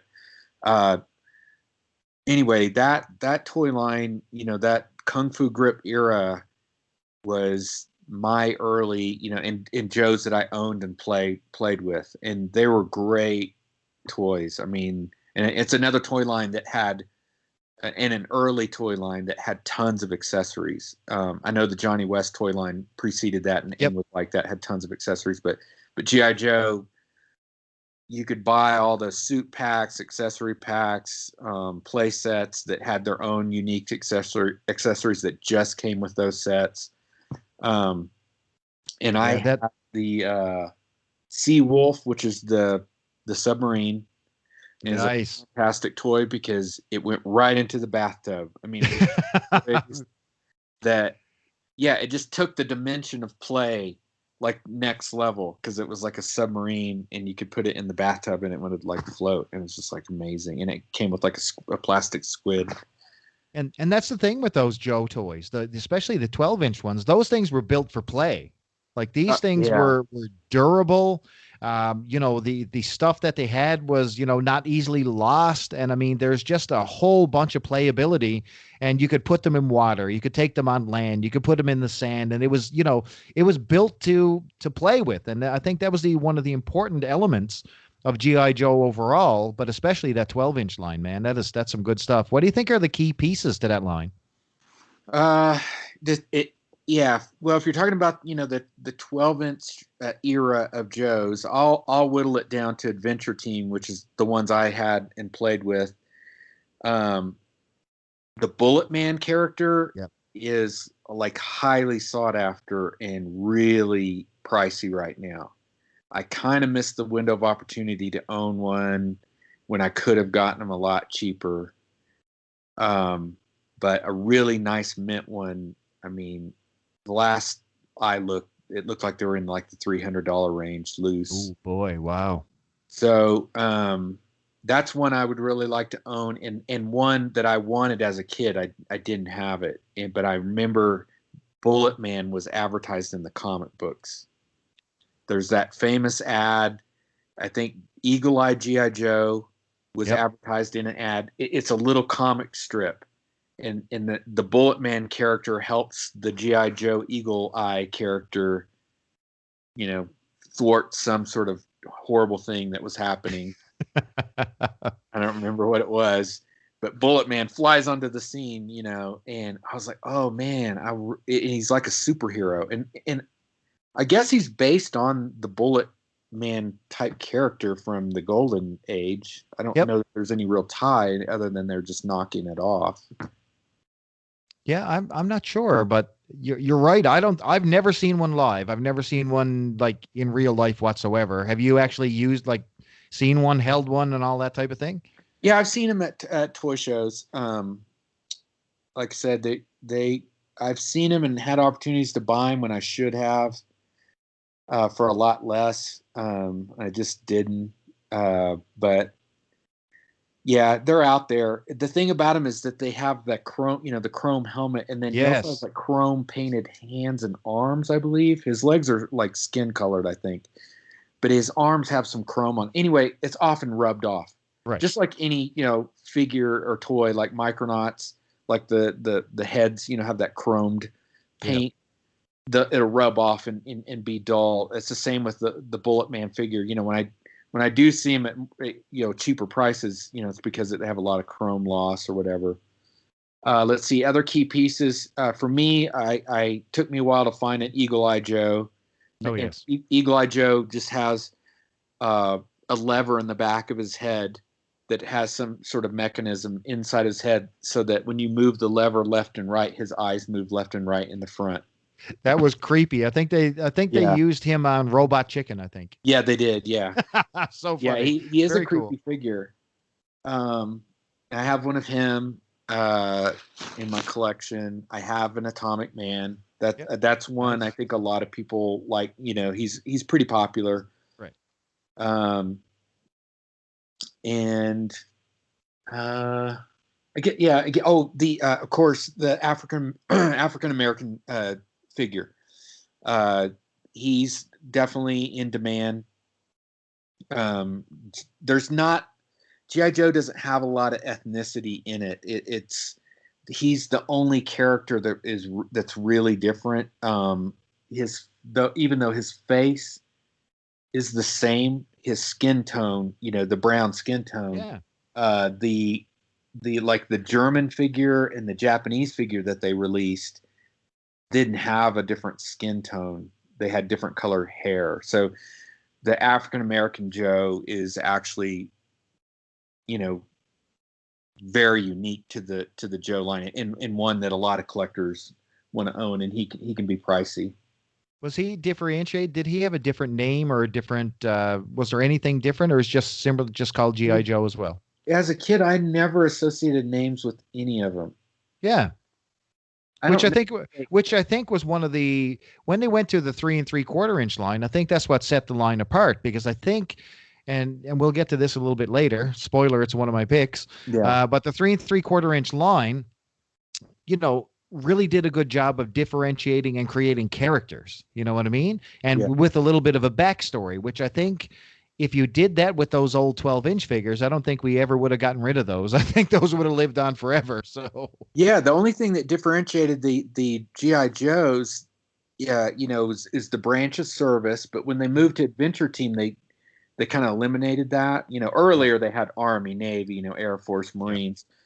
But in Adventure Team era, they weren't military. They were kind of a I don't know paramilitary yeah, yeah. organization, like the A Team, essentially, like an A Team prototype. World. They travel anywhere in the world, solve problems, kind of a thing. But the only thing that made them any different was their hair color or beard or no beard. You But know. they were damn cool, man. Yeah. They were damn cool. Oh yeah. I own exactly two of those, and they're not in the best of condition, but they have that pubic style hair that you talked about on their face, which is Yeah. off putting. And but yeah, man, those were incredible. And I mean, in the 70s, we were all about the 12-inch, man. Like everything was big and bombastic and large, and GI Joe was a huge part of that. Yeah. But now we're going to switch gears to a little bit smaller. We're going to go all the way to, let me see, what year exactly did this get released? 1982 from Mattel, Masters of the Universe. Now, this comes as no surprise to anyone, I think, who has ever collected a toy. Masters of the Universe is I'm sure the tops on a lot of folks' list when it comes to, toys that you played with as a kid or toys that you fell in love with. I mean, He-Man, just the style of figure, it stood out on the shelf. We had come from, these 12-inch massive figures of the 70s. We transitioned into, some 3 3/4 inch. Now all of a sudden we had these really, really unusually shaped action figures, and I really, really fell in love with He-Man and Skeletor right out of the gate. And it was one of these things I got for my birthday. Now check this out: for my birthday one year, I had He-Man, Battle Cat, Skeletor, Panthro, Tila, and Castle Grayskull all in one shot. Hello. Thank you, Mom. So right out of the gate, I was spoiled, man. I thought this was one of the craziest lines that I've ever seen. And it's one that's lasted a long time and has a lot of nostalgia and fandom built up around it. And there's a lot of, a lot of goodwill for Masters Universe. And this line went on probably way too long, Scott, because I mean, some of the quality at the end of the line really, really died out. I mean, when you're doing like, uh, let me see, Mossman and Extender and a few different pieces like this. You know what I mean? It kind of got a little strange at the end, but I was all about the Masters of the Universe first when they launched, and it was some of the best toy accessories. And when I'm thinking He-Man, when I'm thinking about longevity and all that stuff, it was smart enough to transition into the female market as well, because they didn't just sit on their laurels and go, "Hey, we're going to market this to boys." They brought aboard Princess of Power, She-Ra. And she was all about. She had her own rogues gallery. And man, listen, I saw guys buying She-Ra off the rack. So I mean, bingo! All of a sudden now you brought girls into the market. So this was not just for boys. You had boys and girls playing with Masters Universe, and I just fell in love with this toy line. But what do you think, Masters Universe? Yay or nay? I was a big fan of the cartoon. Yeah, me too. And it's another of those toy lines that I stocked at Target. So I was watching. It's so stupid. This is like, if I didn't leave, this is how old I was when I was still watching He-Man cartoons. I was driving, so I had, I had to be 15 and a half or 16. But I could only watch half of an episode of He-Man and get to class on time. If I watched, it was a morning cartoon for you, was it? yeah, it was a morning cartoon and it was on daily. Yeah. So 5 days a week. It wasn't a Saturday morning cartoon. It was always like a morning or afternoon. But yeah, so if I watched the whole episode, I'd be late. But every once in a while, like the episode was really good, and I would be late to class. I mean, I was literally in high school getting in trouble watching He-Man, and again, it was a toy line that I was kind of really familiar with the toys just because I handled them a lot, Right. as as a young man. And at that same time, I also remember the Remco Warlord toys. Oh, which were complete knockoffs. Let's be fair. They used the He-Man but they- body style. But they were beautiful. I mean, Warlord. You talk about the Warlord line, and I want to talk about Remco as when we go to wrap up the show, because boy, did they do their best to knock off every single line that you could possibly think of. But they did a great job with these He-Man knockoffs. Probably the best knockoff that was around at the time, which was Warlord and Friends. I mean, who did they have? They had Warlord. They had Calabos. Machiste, the Yeah. black gentleman. Yep. Arak, or D- how do you say Iraq, Son of Thunder. Yeah, Son of Thunder. Yeah, Demos. yeah, Demos. Yeah, those were really, really, really good toys, and it had one of those things where they were super compatible. Yeah, So I'm all about compatibility. So if you're building another toy line and they're an exact match for the one that I'm currently collecting, I'm proud. Chances are I'm buying your stuff. You know what I mean? Because they just gel well. And man, Warlord was built for speed for Masters Universe. yeah, and I'll just say from a sales perspective, I didn't have access to any confidential data, but I will tell you that the Remco Warlord series went to the 99-cent end cap real fast. So people were not fooled, were they? No, they were buying He-Man, but they weren't buying those Remco Warlord figures. I think we blew those out. And I love it. yeah, I could have just had cases of those. And I thought they were interesting because, like, again, I was a comic book reader, and I was like, Right. oh, Warlord, okay, because that was one of those comics I picked up, and so I was vaguely interested in the toys. Oh, and Eric or Yes. Eric. Iraq. I say Iraq. I don't know why I say that. Okay. Yep. Never heard a comic pro say the name. That's usually how I learn how things are properly pronounced. Until I see an actual comic pro say someone's name, I'm like, oh, I've been saying that all wrong my entire life. Yep. I may be as well now. Yeah. But Sienkiewicz. So that's pretty funny, because I think Remco and places like that were banking on, the dad coming to, pick up their kid something after work or something. Hey, Dad, pick me up a Masters Universe toy, and he'd get confused and bring home a Rex Son of Thunder, and the kid would be just like, "No, Dad, that's not He-Man." Yeah, and kids. I was that way. I know what the experience and feelings are like. You're disappointed that you didn't get the thing you wanted. Yeah. But again, it's a toy, and if it's well made and pretty cool, you can fall in love with it pretty easy as a kid. And if it has great playability, it can really go into the pantheon, because it's like, I played with that toy for a long time, and I did have some toys like that I just, and He-Man apparently is one of those toy lines that kids played with for a long time, because you find He-Man figures everywhere. I mean, it is like the best selling toy line of all time, I believe. It has to be. If it's not number one, it's definitely in the conversation. It has to be. But can you hear me? Yeah, I just lost you for a second. Oh, no problem. It's one of those things that myself and my brother were heavily into. And I mean, we tried to collect every single piece of that collection.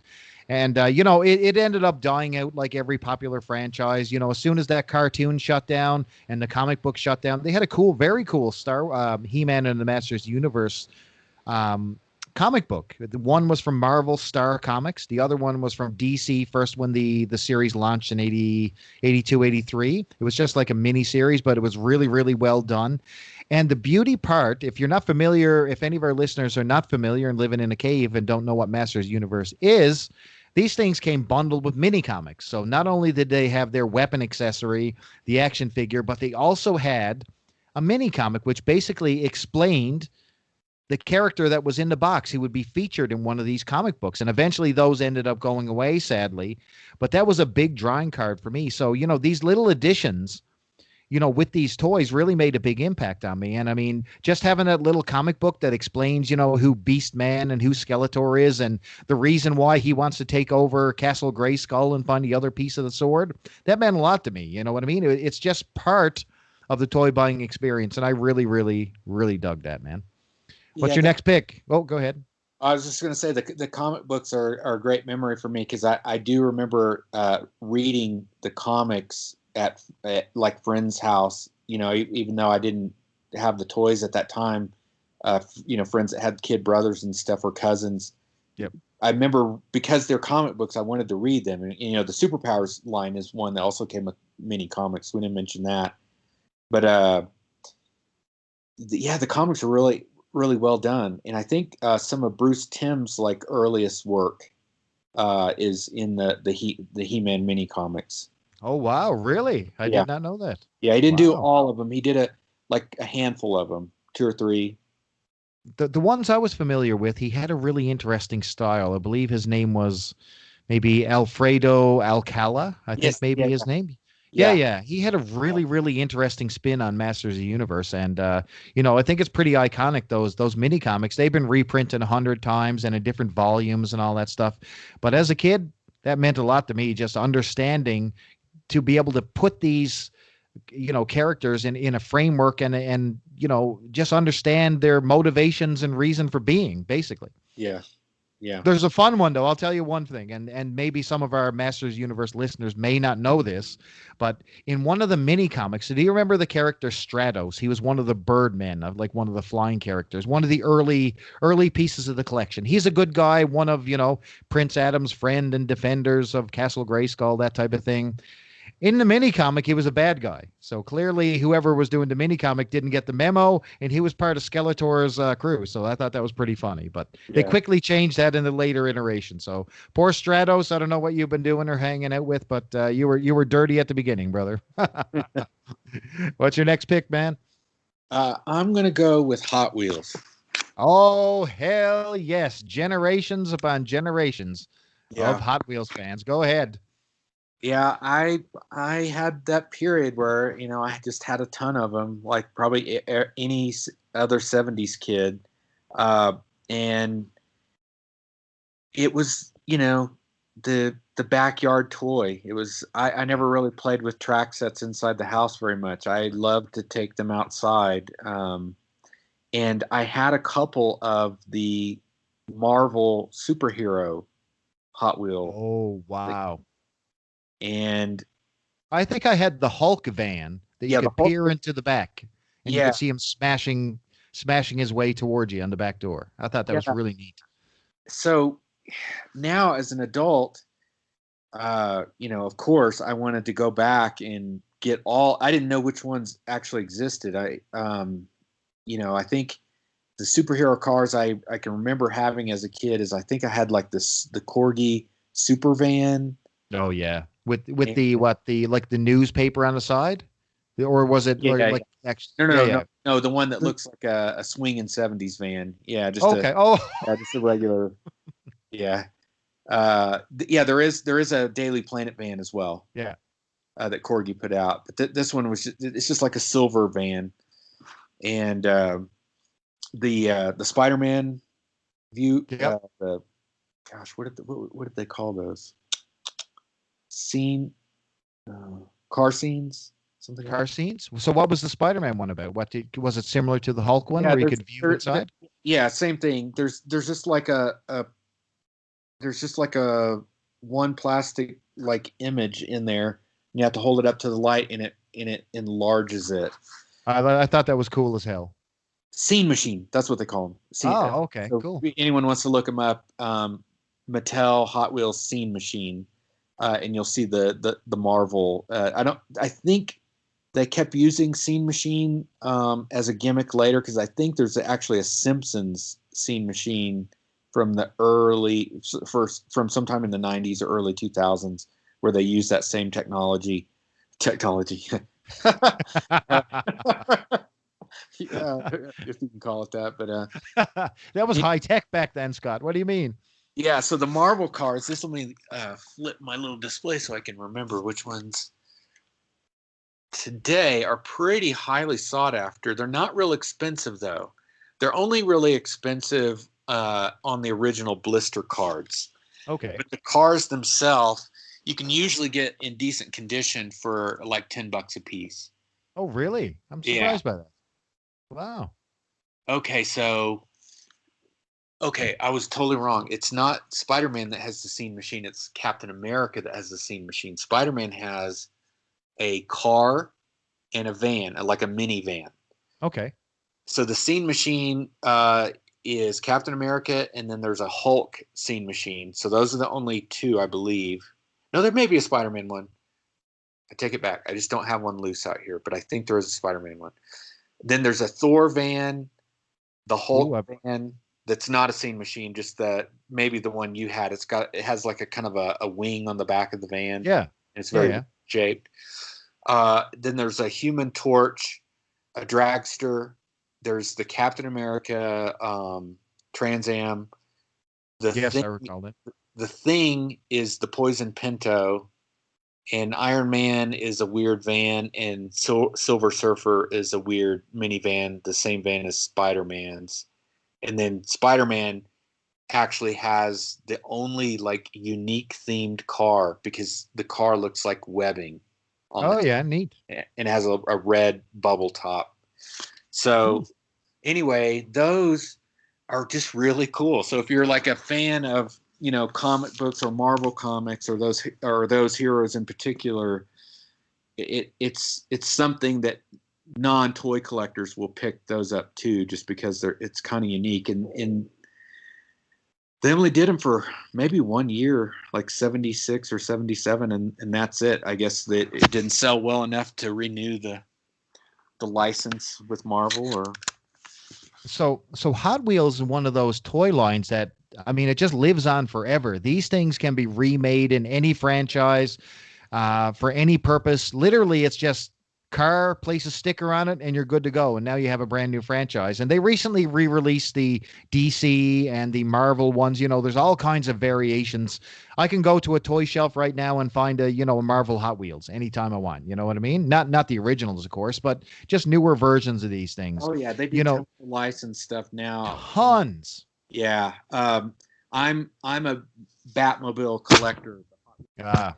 So I'm kind of obsessive about it, like, looking for variations on, because they've done the 66 TV show Batmobile like a gazillion times in subtle paint differences, different wheels, different colored windshields.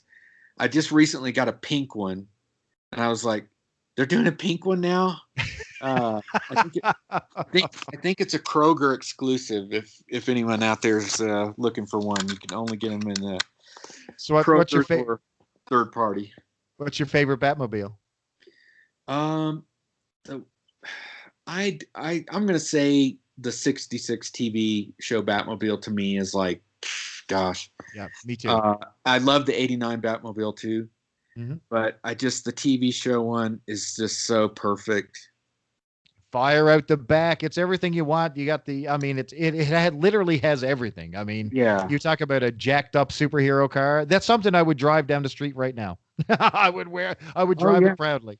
Amazing. I've seen really, great, homemade versions of it. Like, I saw one at a car show that was literally spray painted, that you could tell this guy just put it together with like fiberglass and some old like 60s car, and it looked killer. I was like, man, he just like threw this thing together.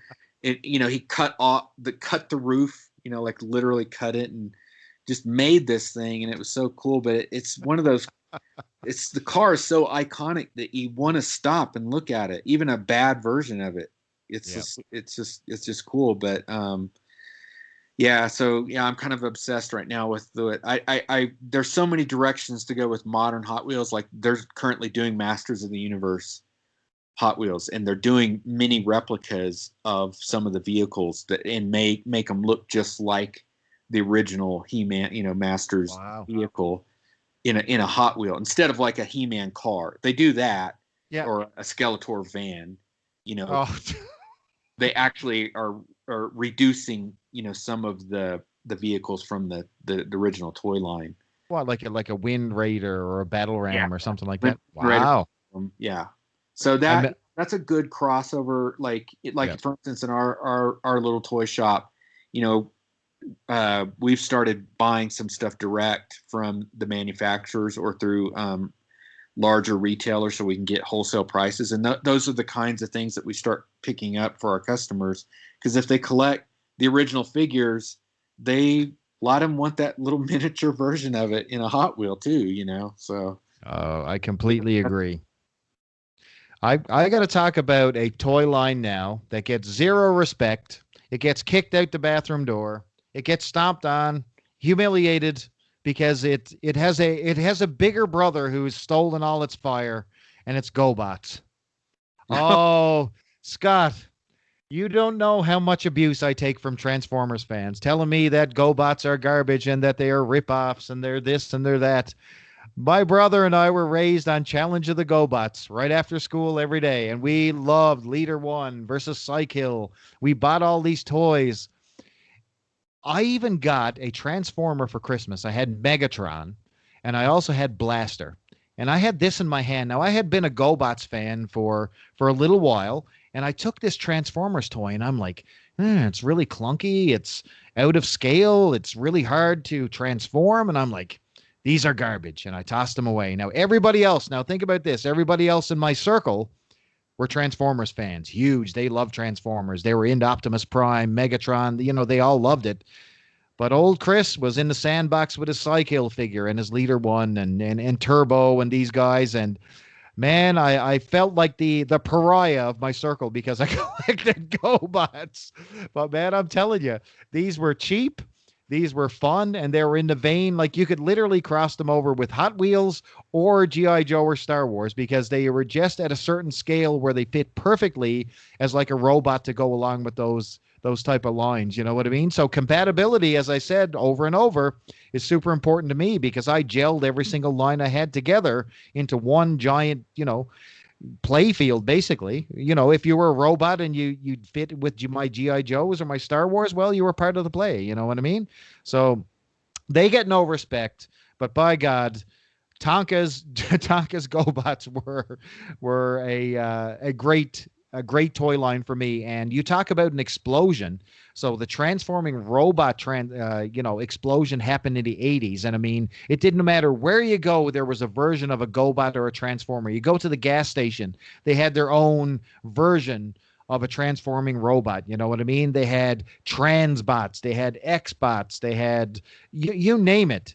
I mean, to this day, you can walk into a dollar store and you can see a version of a transformer or some sort of transforming robot, and all this craze happened right at the very early 80s when these transported over from Japan, and they were rebranded as GoBots and as Transformers. And I mean, to this day the effects are still found, but GoBots unfortunately have a nice place in my heart, but gets kicked in the sand, unfortunately, when it comes to respect in the market. Put it that way. I know a couple of pretty serious GoBot collectors. I don't. They're not as common as Transformer collectors, but Yep. It's the age at when you got the toy and how you responded to a toy. Absolutely. Often, directs you in your collecting later.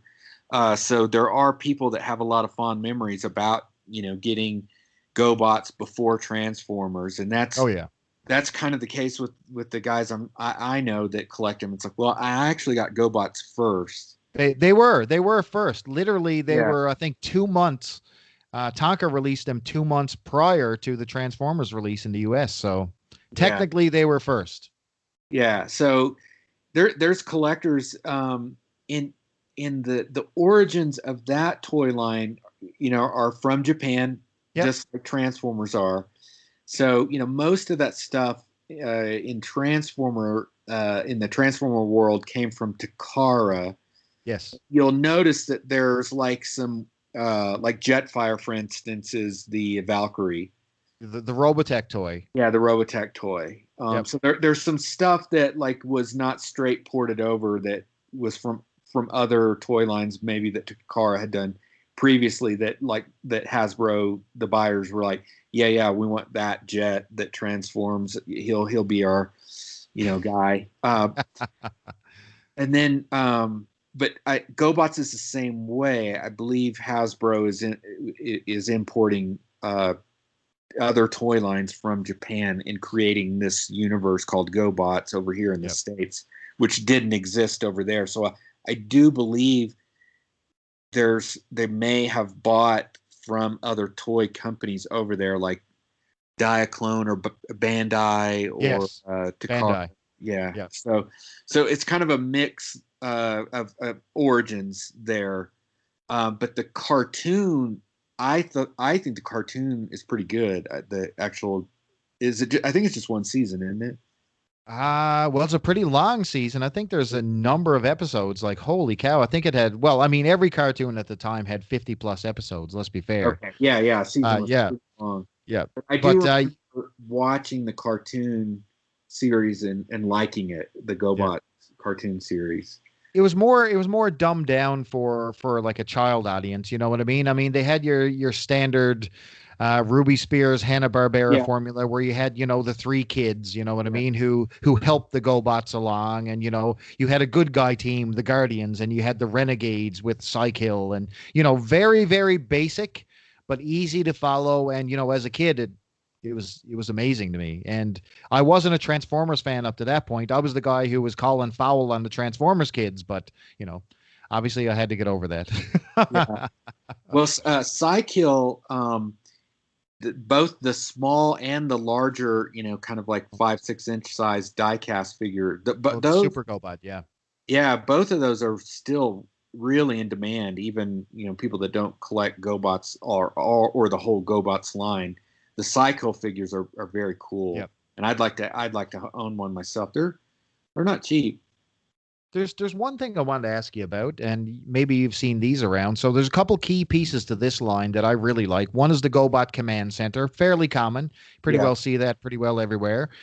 Really, really do like that piece though. You talk about an accessory, like they had a GoBots base, which was the Command Center, which was almost like it was a stand-up robot that you opened up, and it had all kinds of different compartments. It was your standard Castle Grayskull type of thing, but then you could convert it to like a rolling vehicle thing. And of course, then you had the thruster, which was the Renegades version, which was a spaceship. It basically did the same thing. You open it up, and it had all kinds of little compartments and areas where the GoBots could interact. But then they had something called the Power Warrior.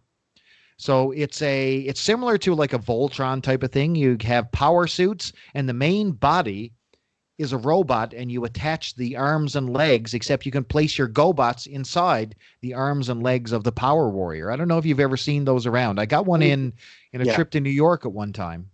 Yeah, I have owned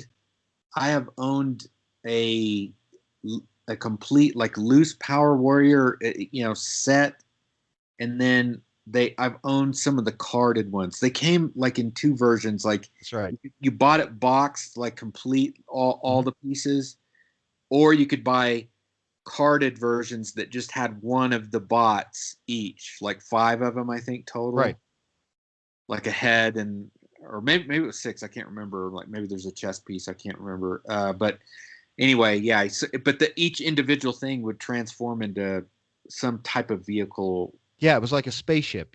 Spaceship. Okay, yeah. I have seen him and owned a couple of them in the past. The GoBot stuff I see around fairly often. I mean, they must have sold pretty well. Well, its popularity died when Transformers hit And when they released their own version of the cartoon, GoBots sort of got kicked to the curb and just became, it was the basically the warlord. You know what I mean? It was sitting in the Yeah. discount bins and it just disappeared after a while.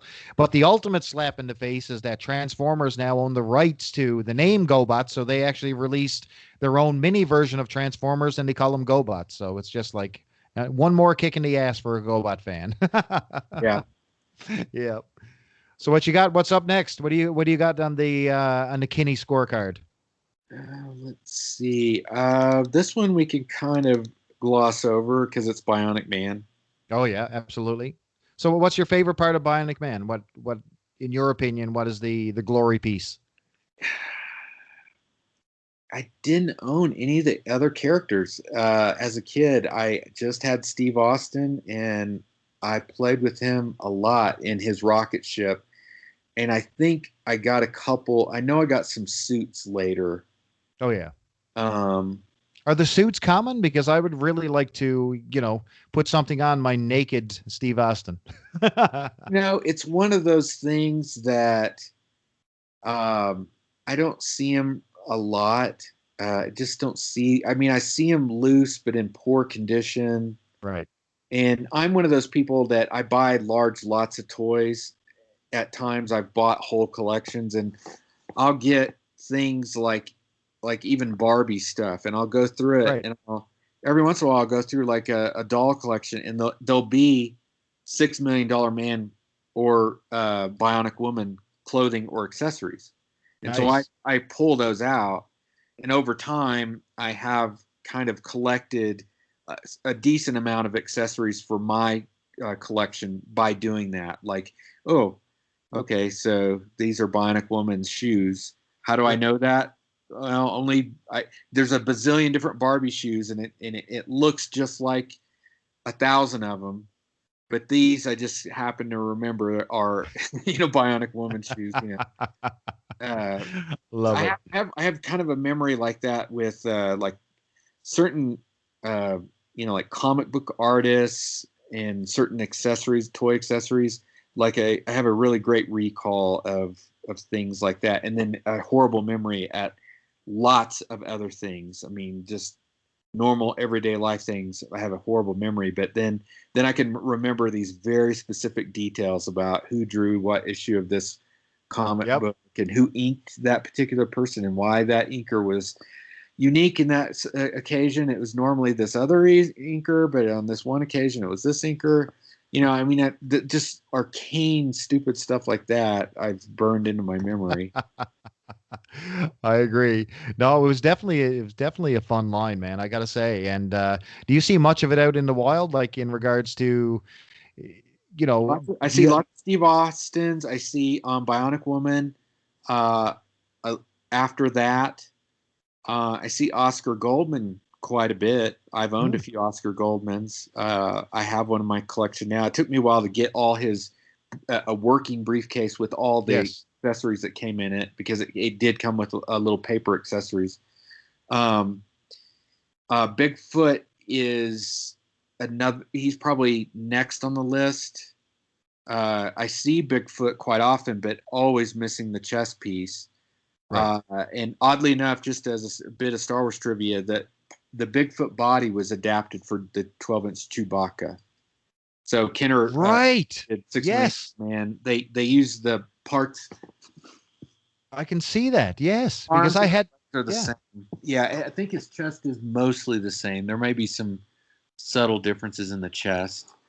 Throw a bandolier on Bigfoot and you got a Chewbacca there. Paint him brown. Yeah, exactly. Yeah, in fact, the first time I think this one right here that's in my collection behind me, the one I have, I actually acquired from someone who came to one of my shows and said, "I have a Chewbacca doll for sale," and I was like, "Oh, really?"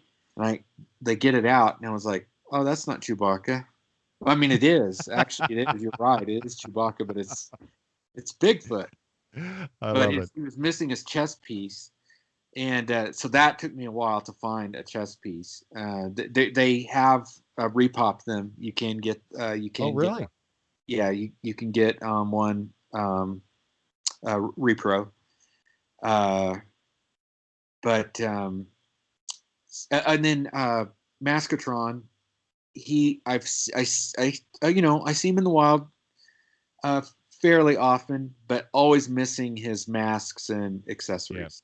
So I he's know. one that's kind of tough to complete because he has 3 or 4 arm accessories that he came with, and then the 3 masks and, It's and just clothing and shoes on top of that. So it's one of these things where it drives me crazy because you think you would have bundled something that would have, been able to hold all this stuff, because all this stuff became loose, kicking around your toy box under your bed, and all of a sudden sucked up in a vacuum and it's gone forever. You know what I mean? As a yeah, kid. So that we'll was see. the fate, I think, of most accessories. It was just Yep. you just left them laying in the carpet too long, Yep. and that was it. That's all it took. Yeah. Mom comes through, and bye bye all your laser pistols. I think we've beaten the $6 million man drum to death on that one. So I'm going to go right to the big wig. I'm going to go right to the top of my scale here now. I don't think it's a no surprise. I mean, I thought about different things to put here. I'm a big Mego fan. I could talk for days about Mego and the different variations of those. From the 12-inch to the 6-inch figures and all parts in between. Um, I was going to consider GI Joe, but you talked about the big 12-inch line. I really, really did like the 12-inch line and the 3 3/4. And I mean, the 3 3/4 line has a special place in my heart, but it doesn't beat out Star Wars. Nothing, in my opinion, as a kid, ever touched the original Star Wars run. The original line, I'm not talking Power of the Force or anything that came out after the fact.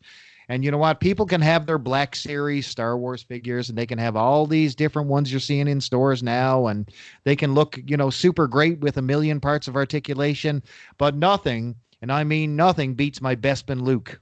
I'm telling you right Yeah. now. I loved the original Star Wars line, the Empire Strikes Back, and I can still hear to this day the Return of the Jedi commercials for those things. And my heart used to beat when I used to walk into a store and see these things. I mean, I was all about Star Wars as a kid. The movies, the toys, the merchandising, it was a whole thing. And if you weren't a Star Wars toy fan, then I don't think you can really, really, truly appreciate even the movies, because there's a special part. I mean, you talk about The Mandalorian. If you had not seen or played with a Star Wars toy, I think you're missing 25% of the boat. You know what I mean? When it comes to this, because a lot of these Easter eggs they're dropping in are toys we played with as kids. And Yeah.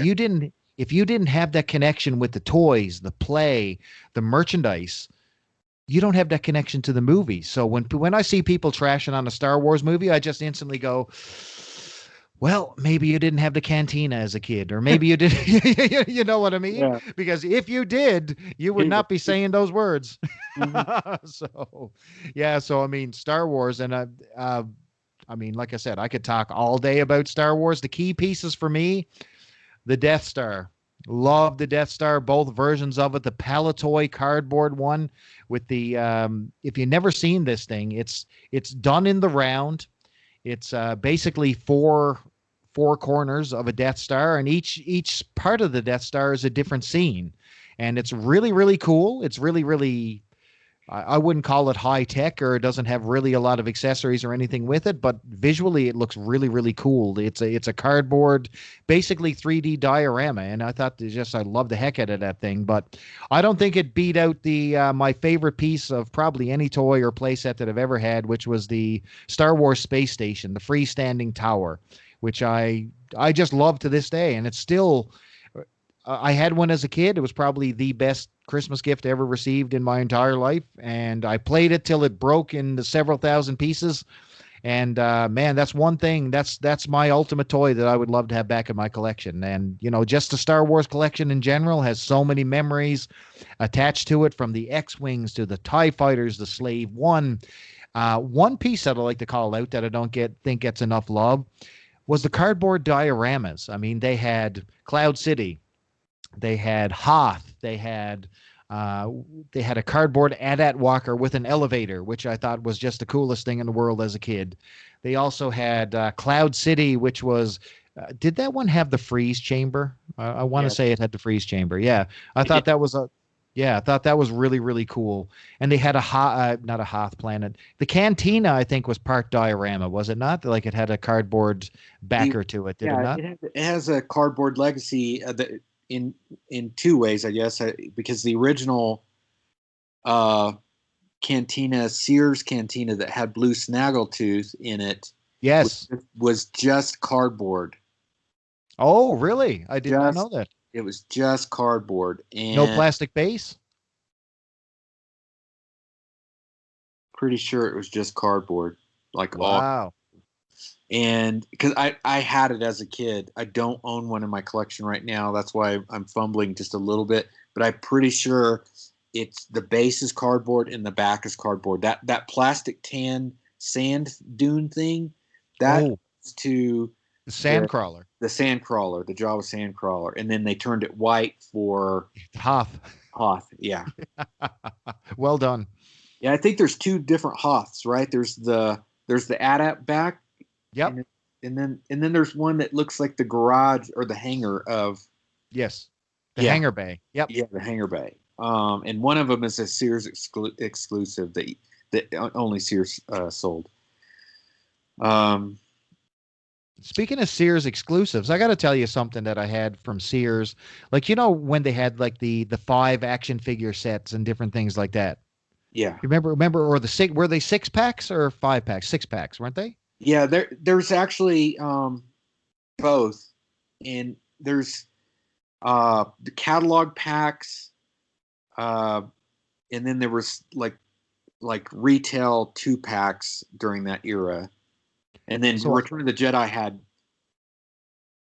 2 packs, or maybe the Empire era had the 3 pack that you could buy on the shelf, but the catalog versions sometimes uh, just came in white boxes, but then sometimes they came in a display box that had nice graphics on the outside of it.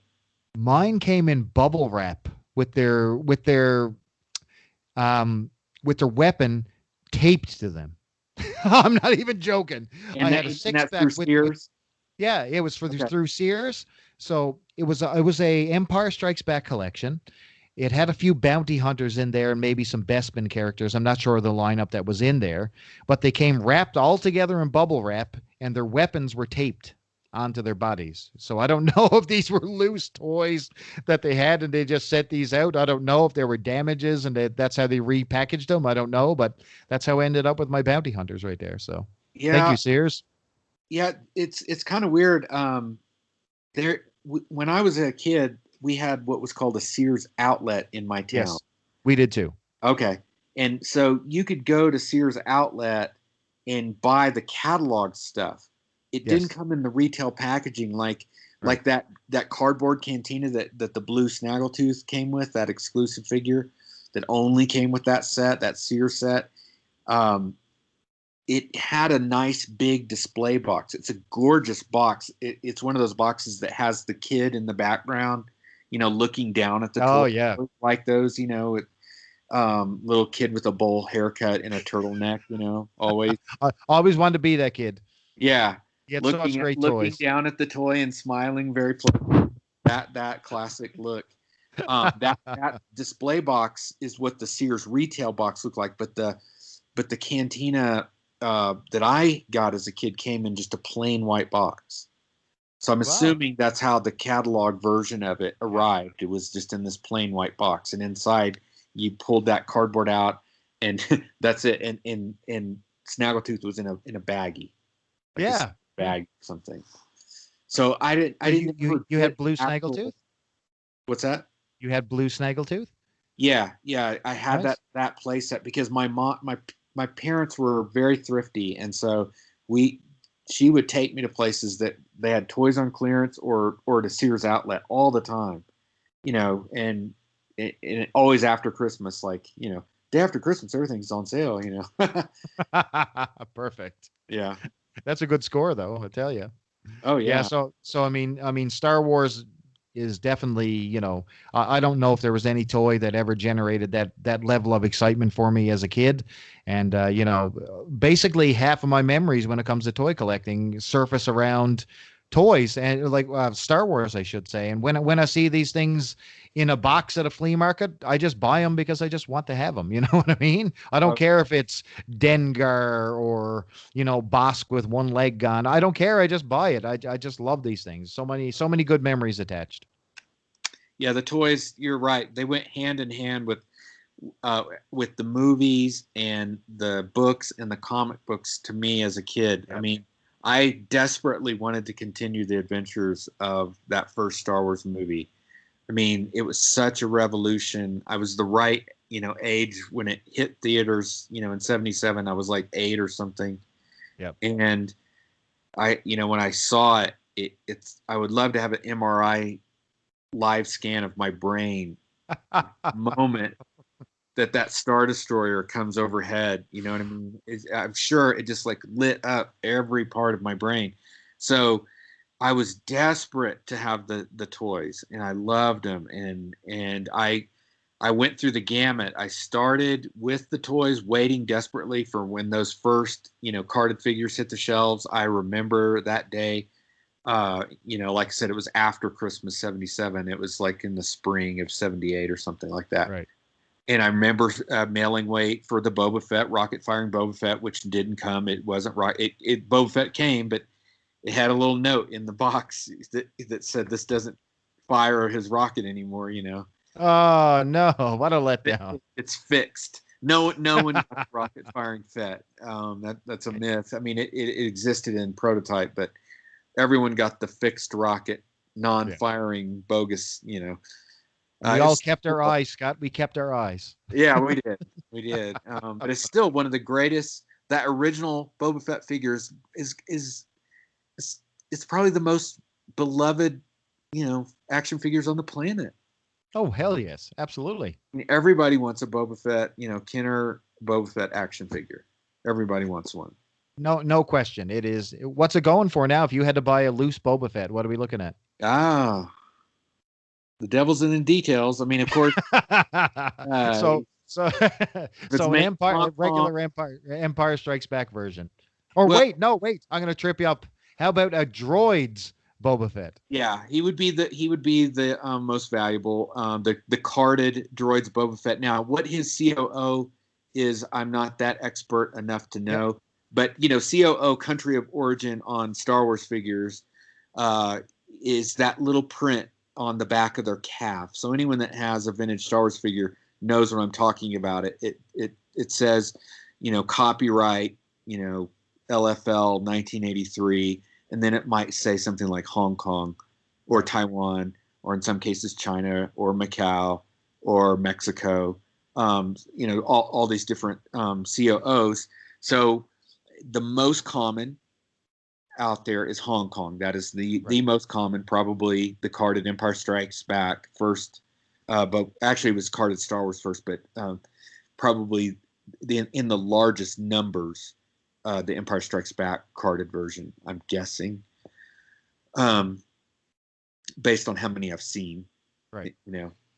But that's loose, nice condition with his weapon. A Hong Kong version right now you're looking at $40 to $50 range. Yeah, that's about I would see that. Yeah, but that's a fair price when you're talking about one loose individual figure. But I mean, you're right. Boba Fett is the one. That's the one everybody wants to have in their collection. So yeah, and some people army build that figure. Of course, I've seen people with I don't know what number, hundreds of that Boba Fett.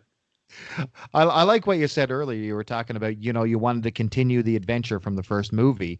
And, when you had the comic books, they did a great job of that because, at episode or issue 7 onwards of the Marvel series really, really opened my eyes. I mean, you had that cyborg who came after Luke, who was a brand new character, which I loved. I mean, you had Jackson the Green Rabbit. I know everybody points that guy out, but I mean, you had all kinds of different characters that were now part of the extended universe and continued the adventure even before Empire Strikes Back was a thing. So I just love the heck of having these figures, and any other toys that I had around became part of that universe. And it was just a fun to play, man. And Star Wars was just the top of the food chain for me. Nothing beat having that Millennium Falcon in your hands, man, and having an X-wing or an AT-AT Walker. I mean, it was just mind blowing for me at the time. Nothing touched it.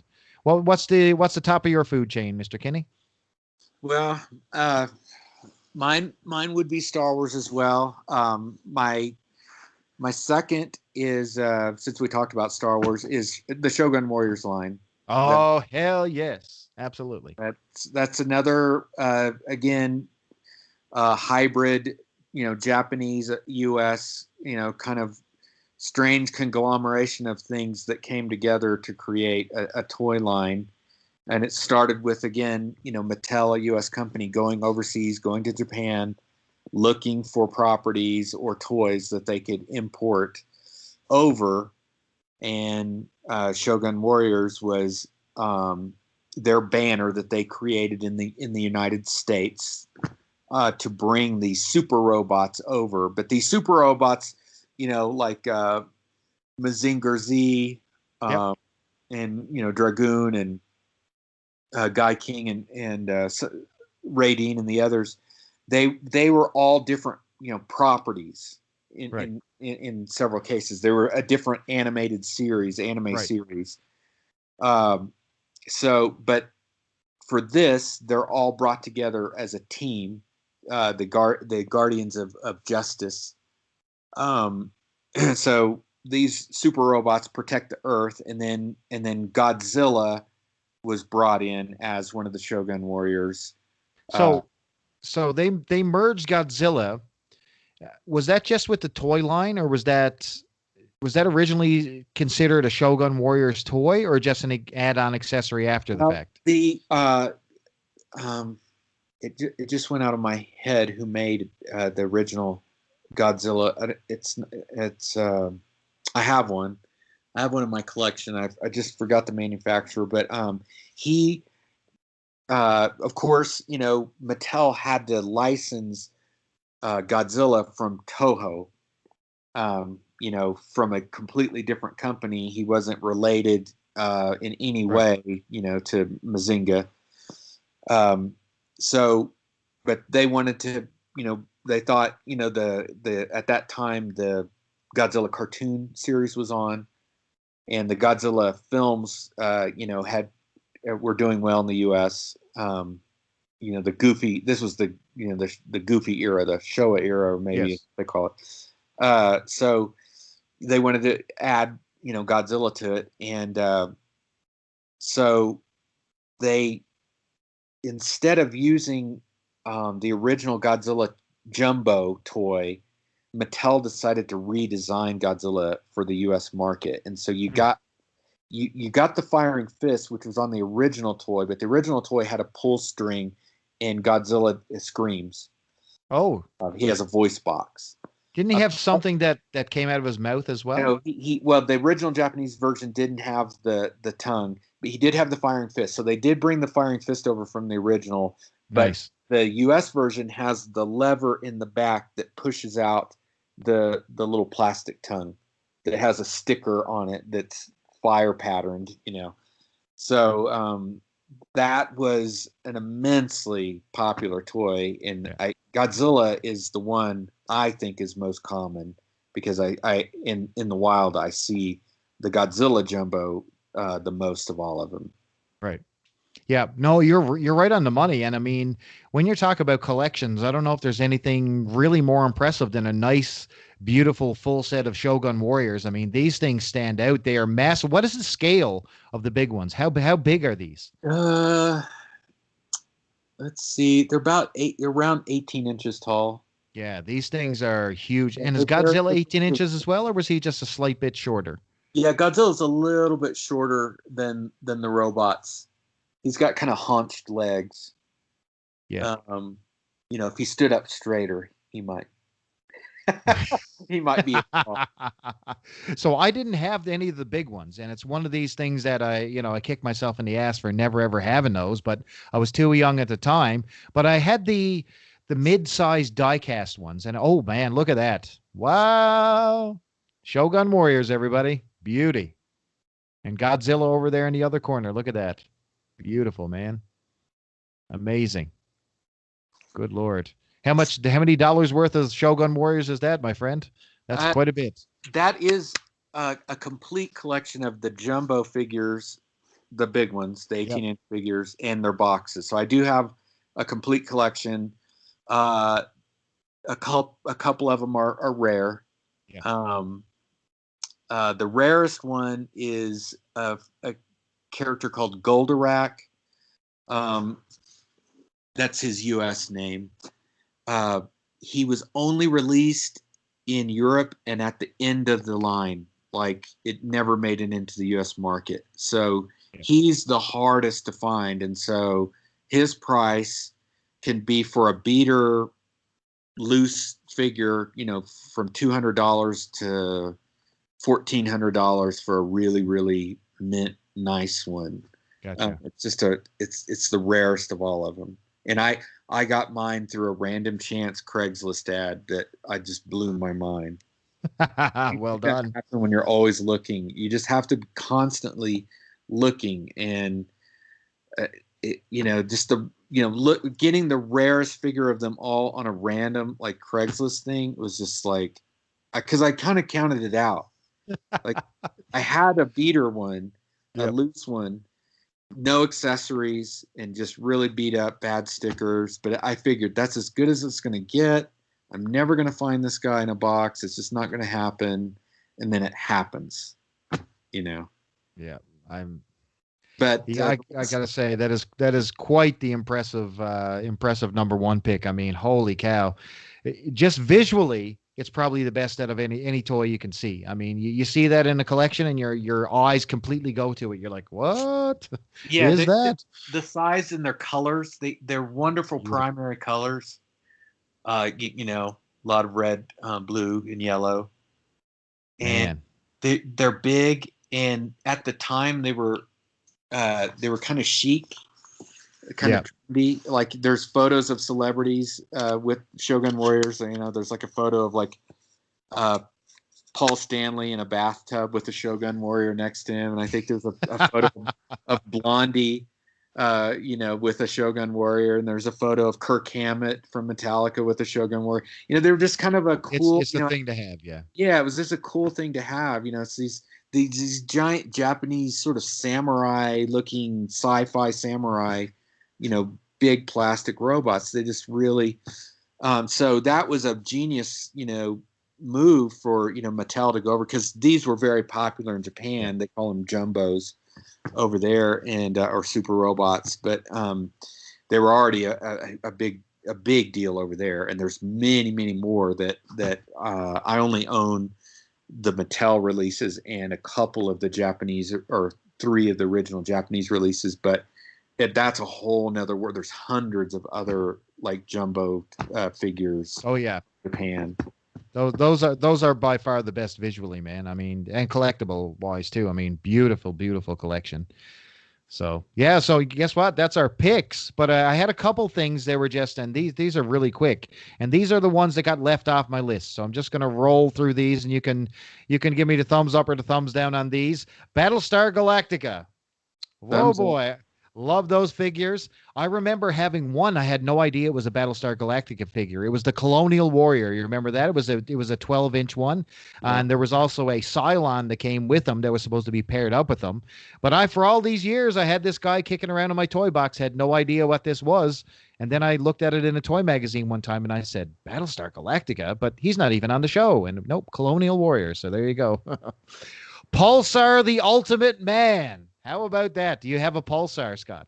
Yeah, and I have his villain enemy, Hypnos.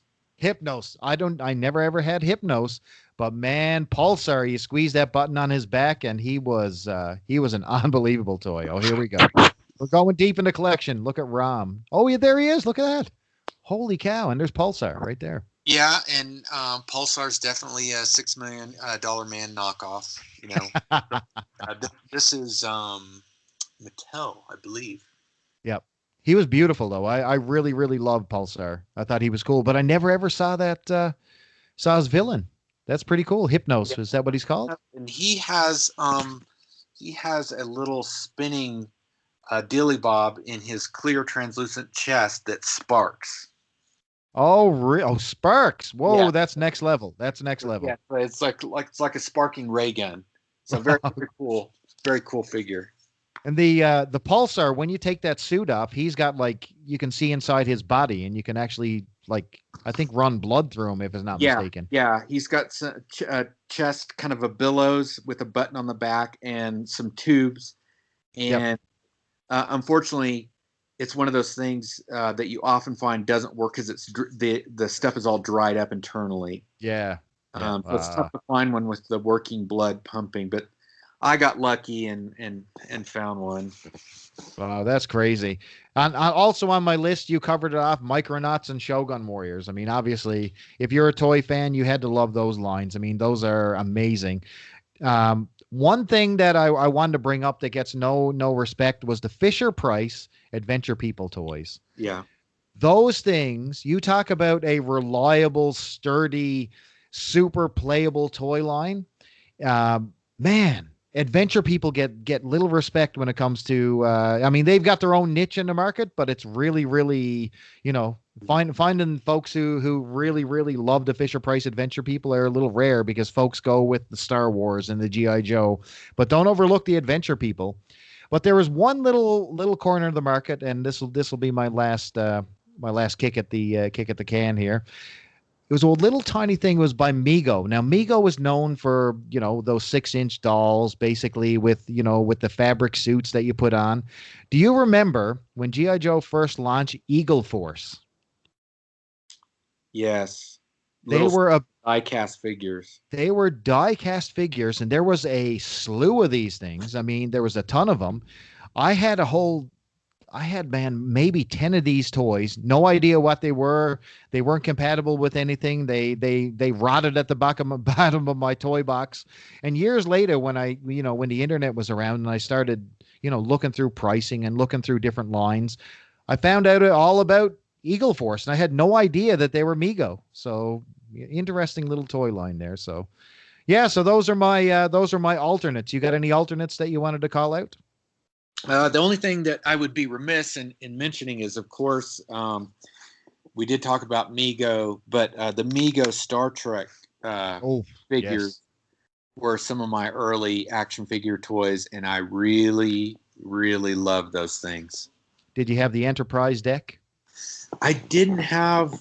I remember playing with it as a kid, so somebody in my orbit had it, a neighbor or a cousin or something. But I didn't have the Enterprise bridge myself. I just remember the action figures. I don't think I ever had any of the sets. I did have some of the Mego plate. Like I had the flashlight phaser that they made. That it came with like a Klingon ship with a reflector that you shot, and if you hit the reflector just light, it bounced back and it hit. It's kind of like Captain Power. Yeah. Oh yeah. Little sensor, and then it would deactivate your phaser for a second. Oh, pretty cool. And then they did a tape recorder, but that looked like a tricorder. Mego did that, and Mego also did, and these were very popular. And I've seen a lot of these, so they must have sold pretty well. The communicators that were walkie-talkies. Oh man, I would have killed for one of those. They were beauty. Yeah, they're really cool. And I had a set as a kid. I have a set now. They're not real expensive. Even boxed, they're not super expensive today. But they're a really just kind of an iconic toy. I mean, it really worked.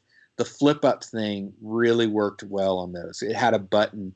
If you push the button, it'd flip up. And then it had a button that you could, just like a walkie-talkie, start talking. And another button that made funny space noises, And man, and they had little belt clips on them. Oh, I was all about the accessory belts and all that stuff as a kid too. Yeah. Anything that had a belt accessory, if it was a Batman belt, a Hulk belt, a Star Trek belt, I was all about the belts. Oh, I don't even care if the superhero wore a belt. If they had a brand, if they had that little sticker on there that said it was a Hulk belt, I'm all in. I'm good. Yeah. Belts are Very off. cool. So Scott, I got one more question for you before we wrap. if you had, let's talk about grails. So, what are things in your or not in your collection that you've been hunting down that you can't seem to either get your hands on or it's just out of range right now for you? Um, well, there's a Boba Fett, a droid's Boba Fett would be one. Yeah, man, But I that's don't, I mean, I have a Star Wars carded Fett, but it's a reseal. It's an original reseal. It's like a kid era reseal, yep. literally. But um, so a carded Fett is one I've been wanting. I've had opportunities to buy, from different, droids to Jedi. There's two different. Let's see. There's a Jedi has a different photo card back, so that creates another variant. And then there's the Empire Strikes Back card back, and then there's the original Star Wars logo card back. So, uh, I'd love to have a really nice carded. I'd say an Empire Boba Fett. That era is Beautiful. the movie where he made his day. Well, I guess the cartoon, but the holiday special, the horrible holiday special. Oh, listen to this. Check this out. So I actually interviewed John Celestri, the gentleman who actually animated the Boba Fett special. Oh, okay. I'll send that over to you later on. Man, it was what a cool interview. He goes in detail about the making of that stuff and especially the creation of Boba Fett and the different weapons and the entire backstory of that studio getting the rights to do that holiday special. It's some stuff that I've never ever heard before in any interviews, and it's fascinating. Yeah, I am interested. That what was the company Nelvana? Was that the Nelvana, yep, yeah? Canadian They're studio. Canadian. That's right. I did read a little bit about that. That's fascinating that you got to talk to, because it's part of the legend and lore of Fett. Because that's really his first appearance. Yep. Oh, it was an awesome interview, and like I said, I'll share it with you. I think you'll get a great charge out of it. And he goes into detail about all kinds of other animated series and different stuff like that. It's just if you're a fan of toys and animation, you'll dig this. So it's very cool. And he also worked on Dragon's Lair, first one that released. Oh, So right, yeah. pretty cool. So there you go. So yeah. So anyway, in regards to if I'm looking at a Grail, if anyone wants to donate me a Death Star Command or Space Center, by all means, I'll take the tower version or the Palatoy one. That is has always been my Grail. That's one thing that I've always wanted to own in my collection. I don't care if it's in the box, out of the box. If I ever see one in the wild, I'm gonna attack it like a crazy man. I can't wait to have that thing. But there's one toy that's been kicking around that's been bothering me that exists in the universe that I have never seen. I think it was only released in Europe, and it was a set of V toys. And they are literally, there's zero articulation to them. I think there's three or four figures in the mix. It comes with a Diana and a Donovan, and I can't remember the other two. But yeah, so they're European molds, basically. Something that zero articulation. They're holding their gun, but I'm a huge V fan and a V collector, and man, I would love to get my hands on those things. So outside of that, that's it. Scott Kinney, why don't you tell the folks where they can find you on the social media? Kid Cosmic on Instagram. That's where I referenced earlier. I post tons of toy photos. So if you like photos of toys or 80s, 70s, and 80s stuff, it's KIDKOSMIC on Instagram. And then you can check, my profile for links to other stuff. Awesome. And let me tell you something. If you follow this guy on Twitter or Instagram, he's got a lot of stuff. So if you're a toy collector or anything retro, check this guy out, man. He's the real deal. Listen, Scott, thank you so much for spending time with me today. It was greatly, greatly appreciated, man. We got to do this again sometime just for some fun because this was a great chat. Thank you so much for taking the time out. Thank you, Chris. It was fun. All right, man. Take care. We'll be chatting to you soon. All right. Signing off. And we're clear. Well, thank you, sir. That was awesome. Thank you, Scott. That was a lot of fun. Yeah. Yeah. I basically got through my list, so we got to talk over everything, that I really wanted to talk about. So that was fun. Yeah, And we that was had plenty. oh, we didn't spare any words there, my friend. So I think that was great. I Yeah. think the listeners are going to dig that, man. So thanks so much. And I'll send you that interview over, man. I think you're Yeah, going yeah. to really, That really sounds enjoy good. that. All right, my friend. Have a good evening. You too. Thanks. Take care. Be safe. Bye-bye. You too.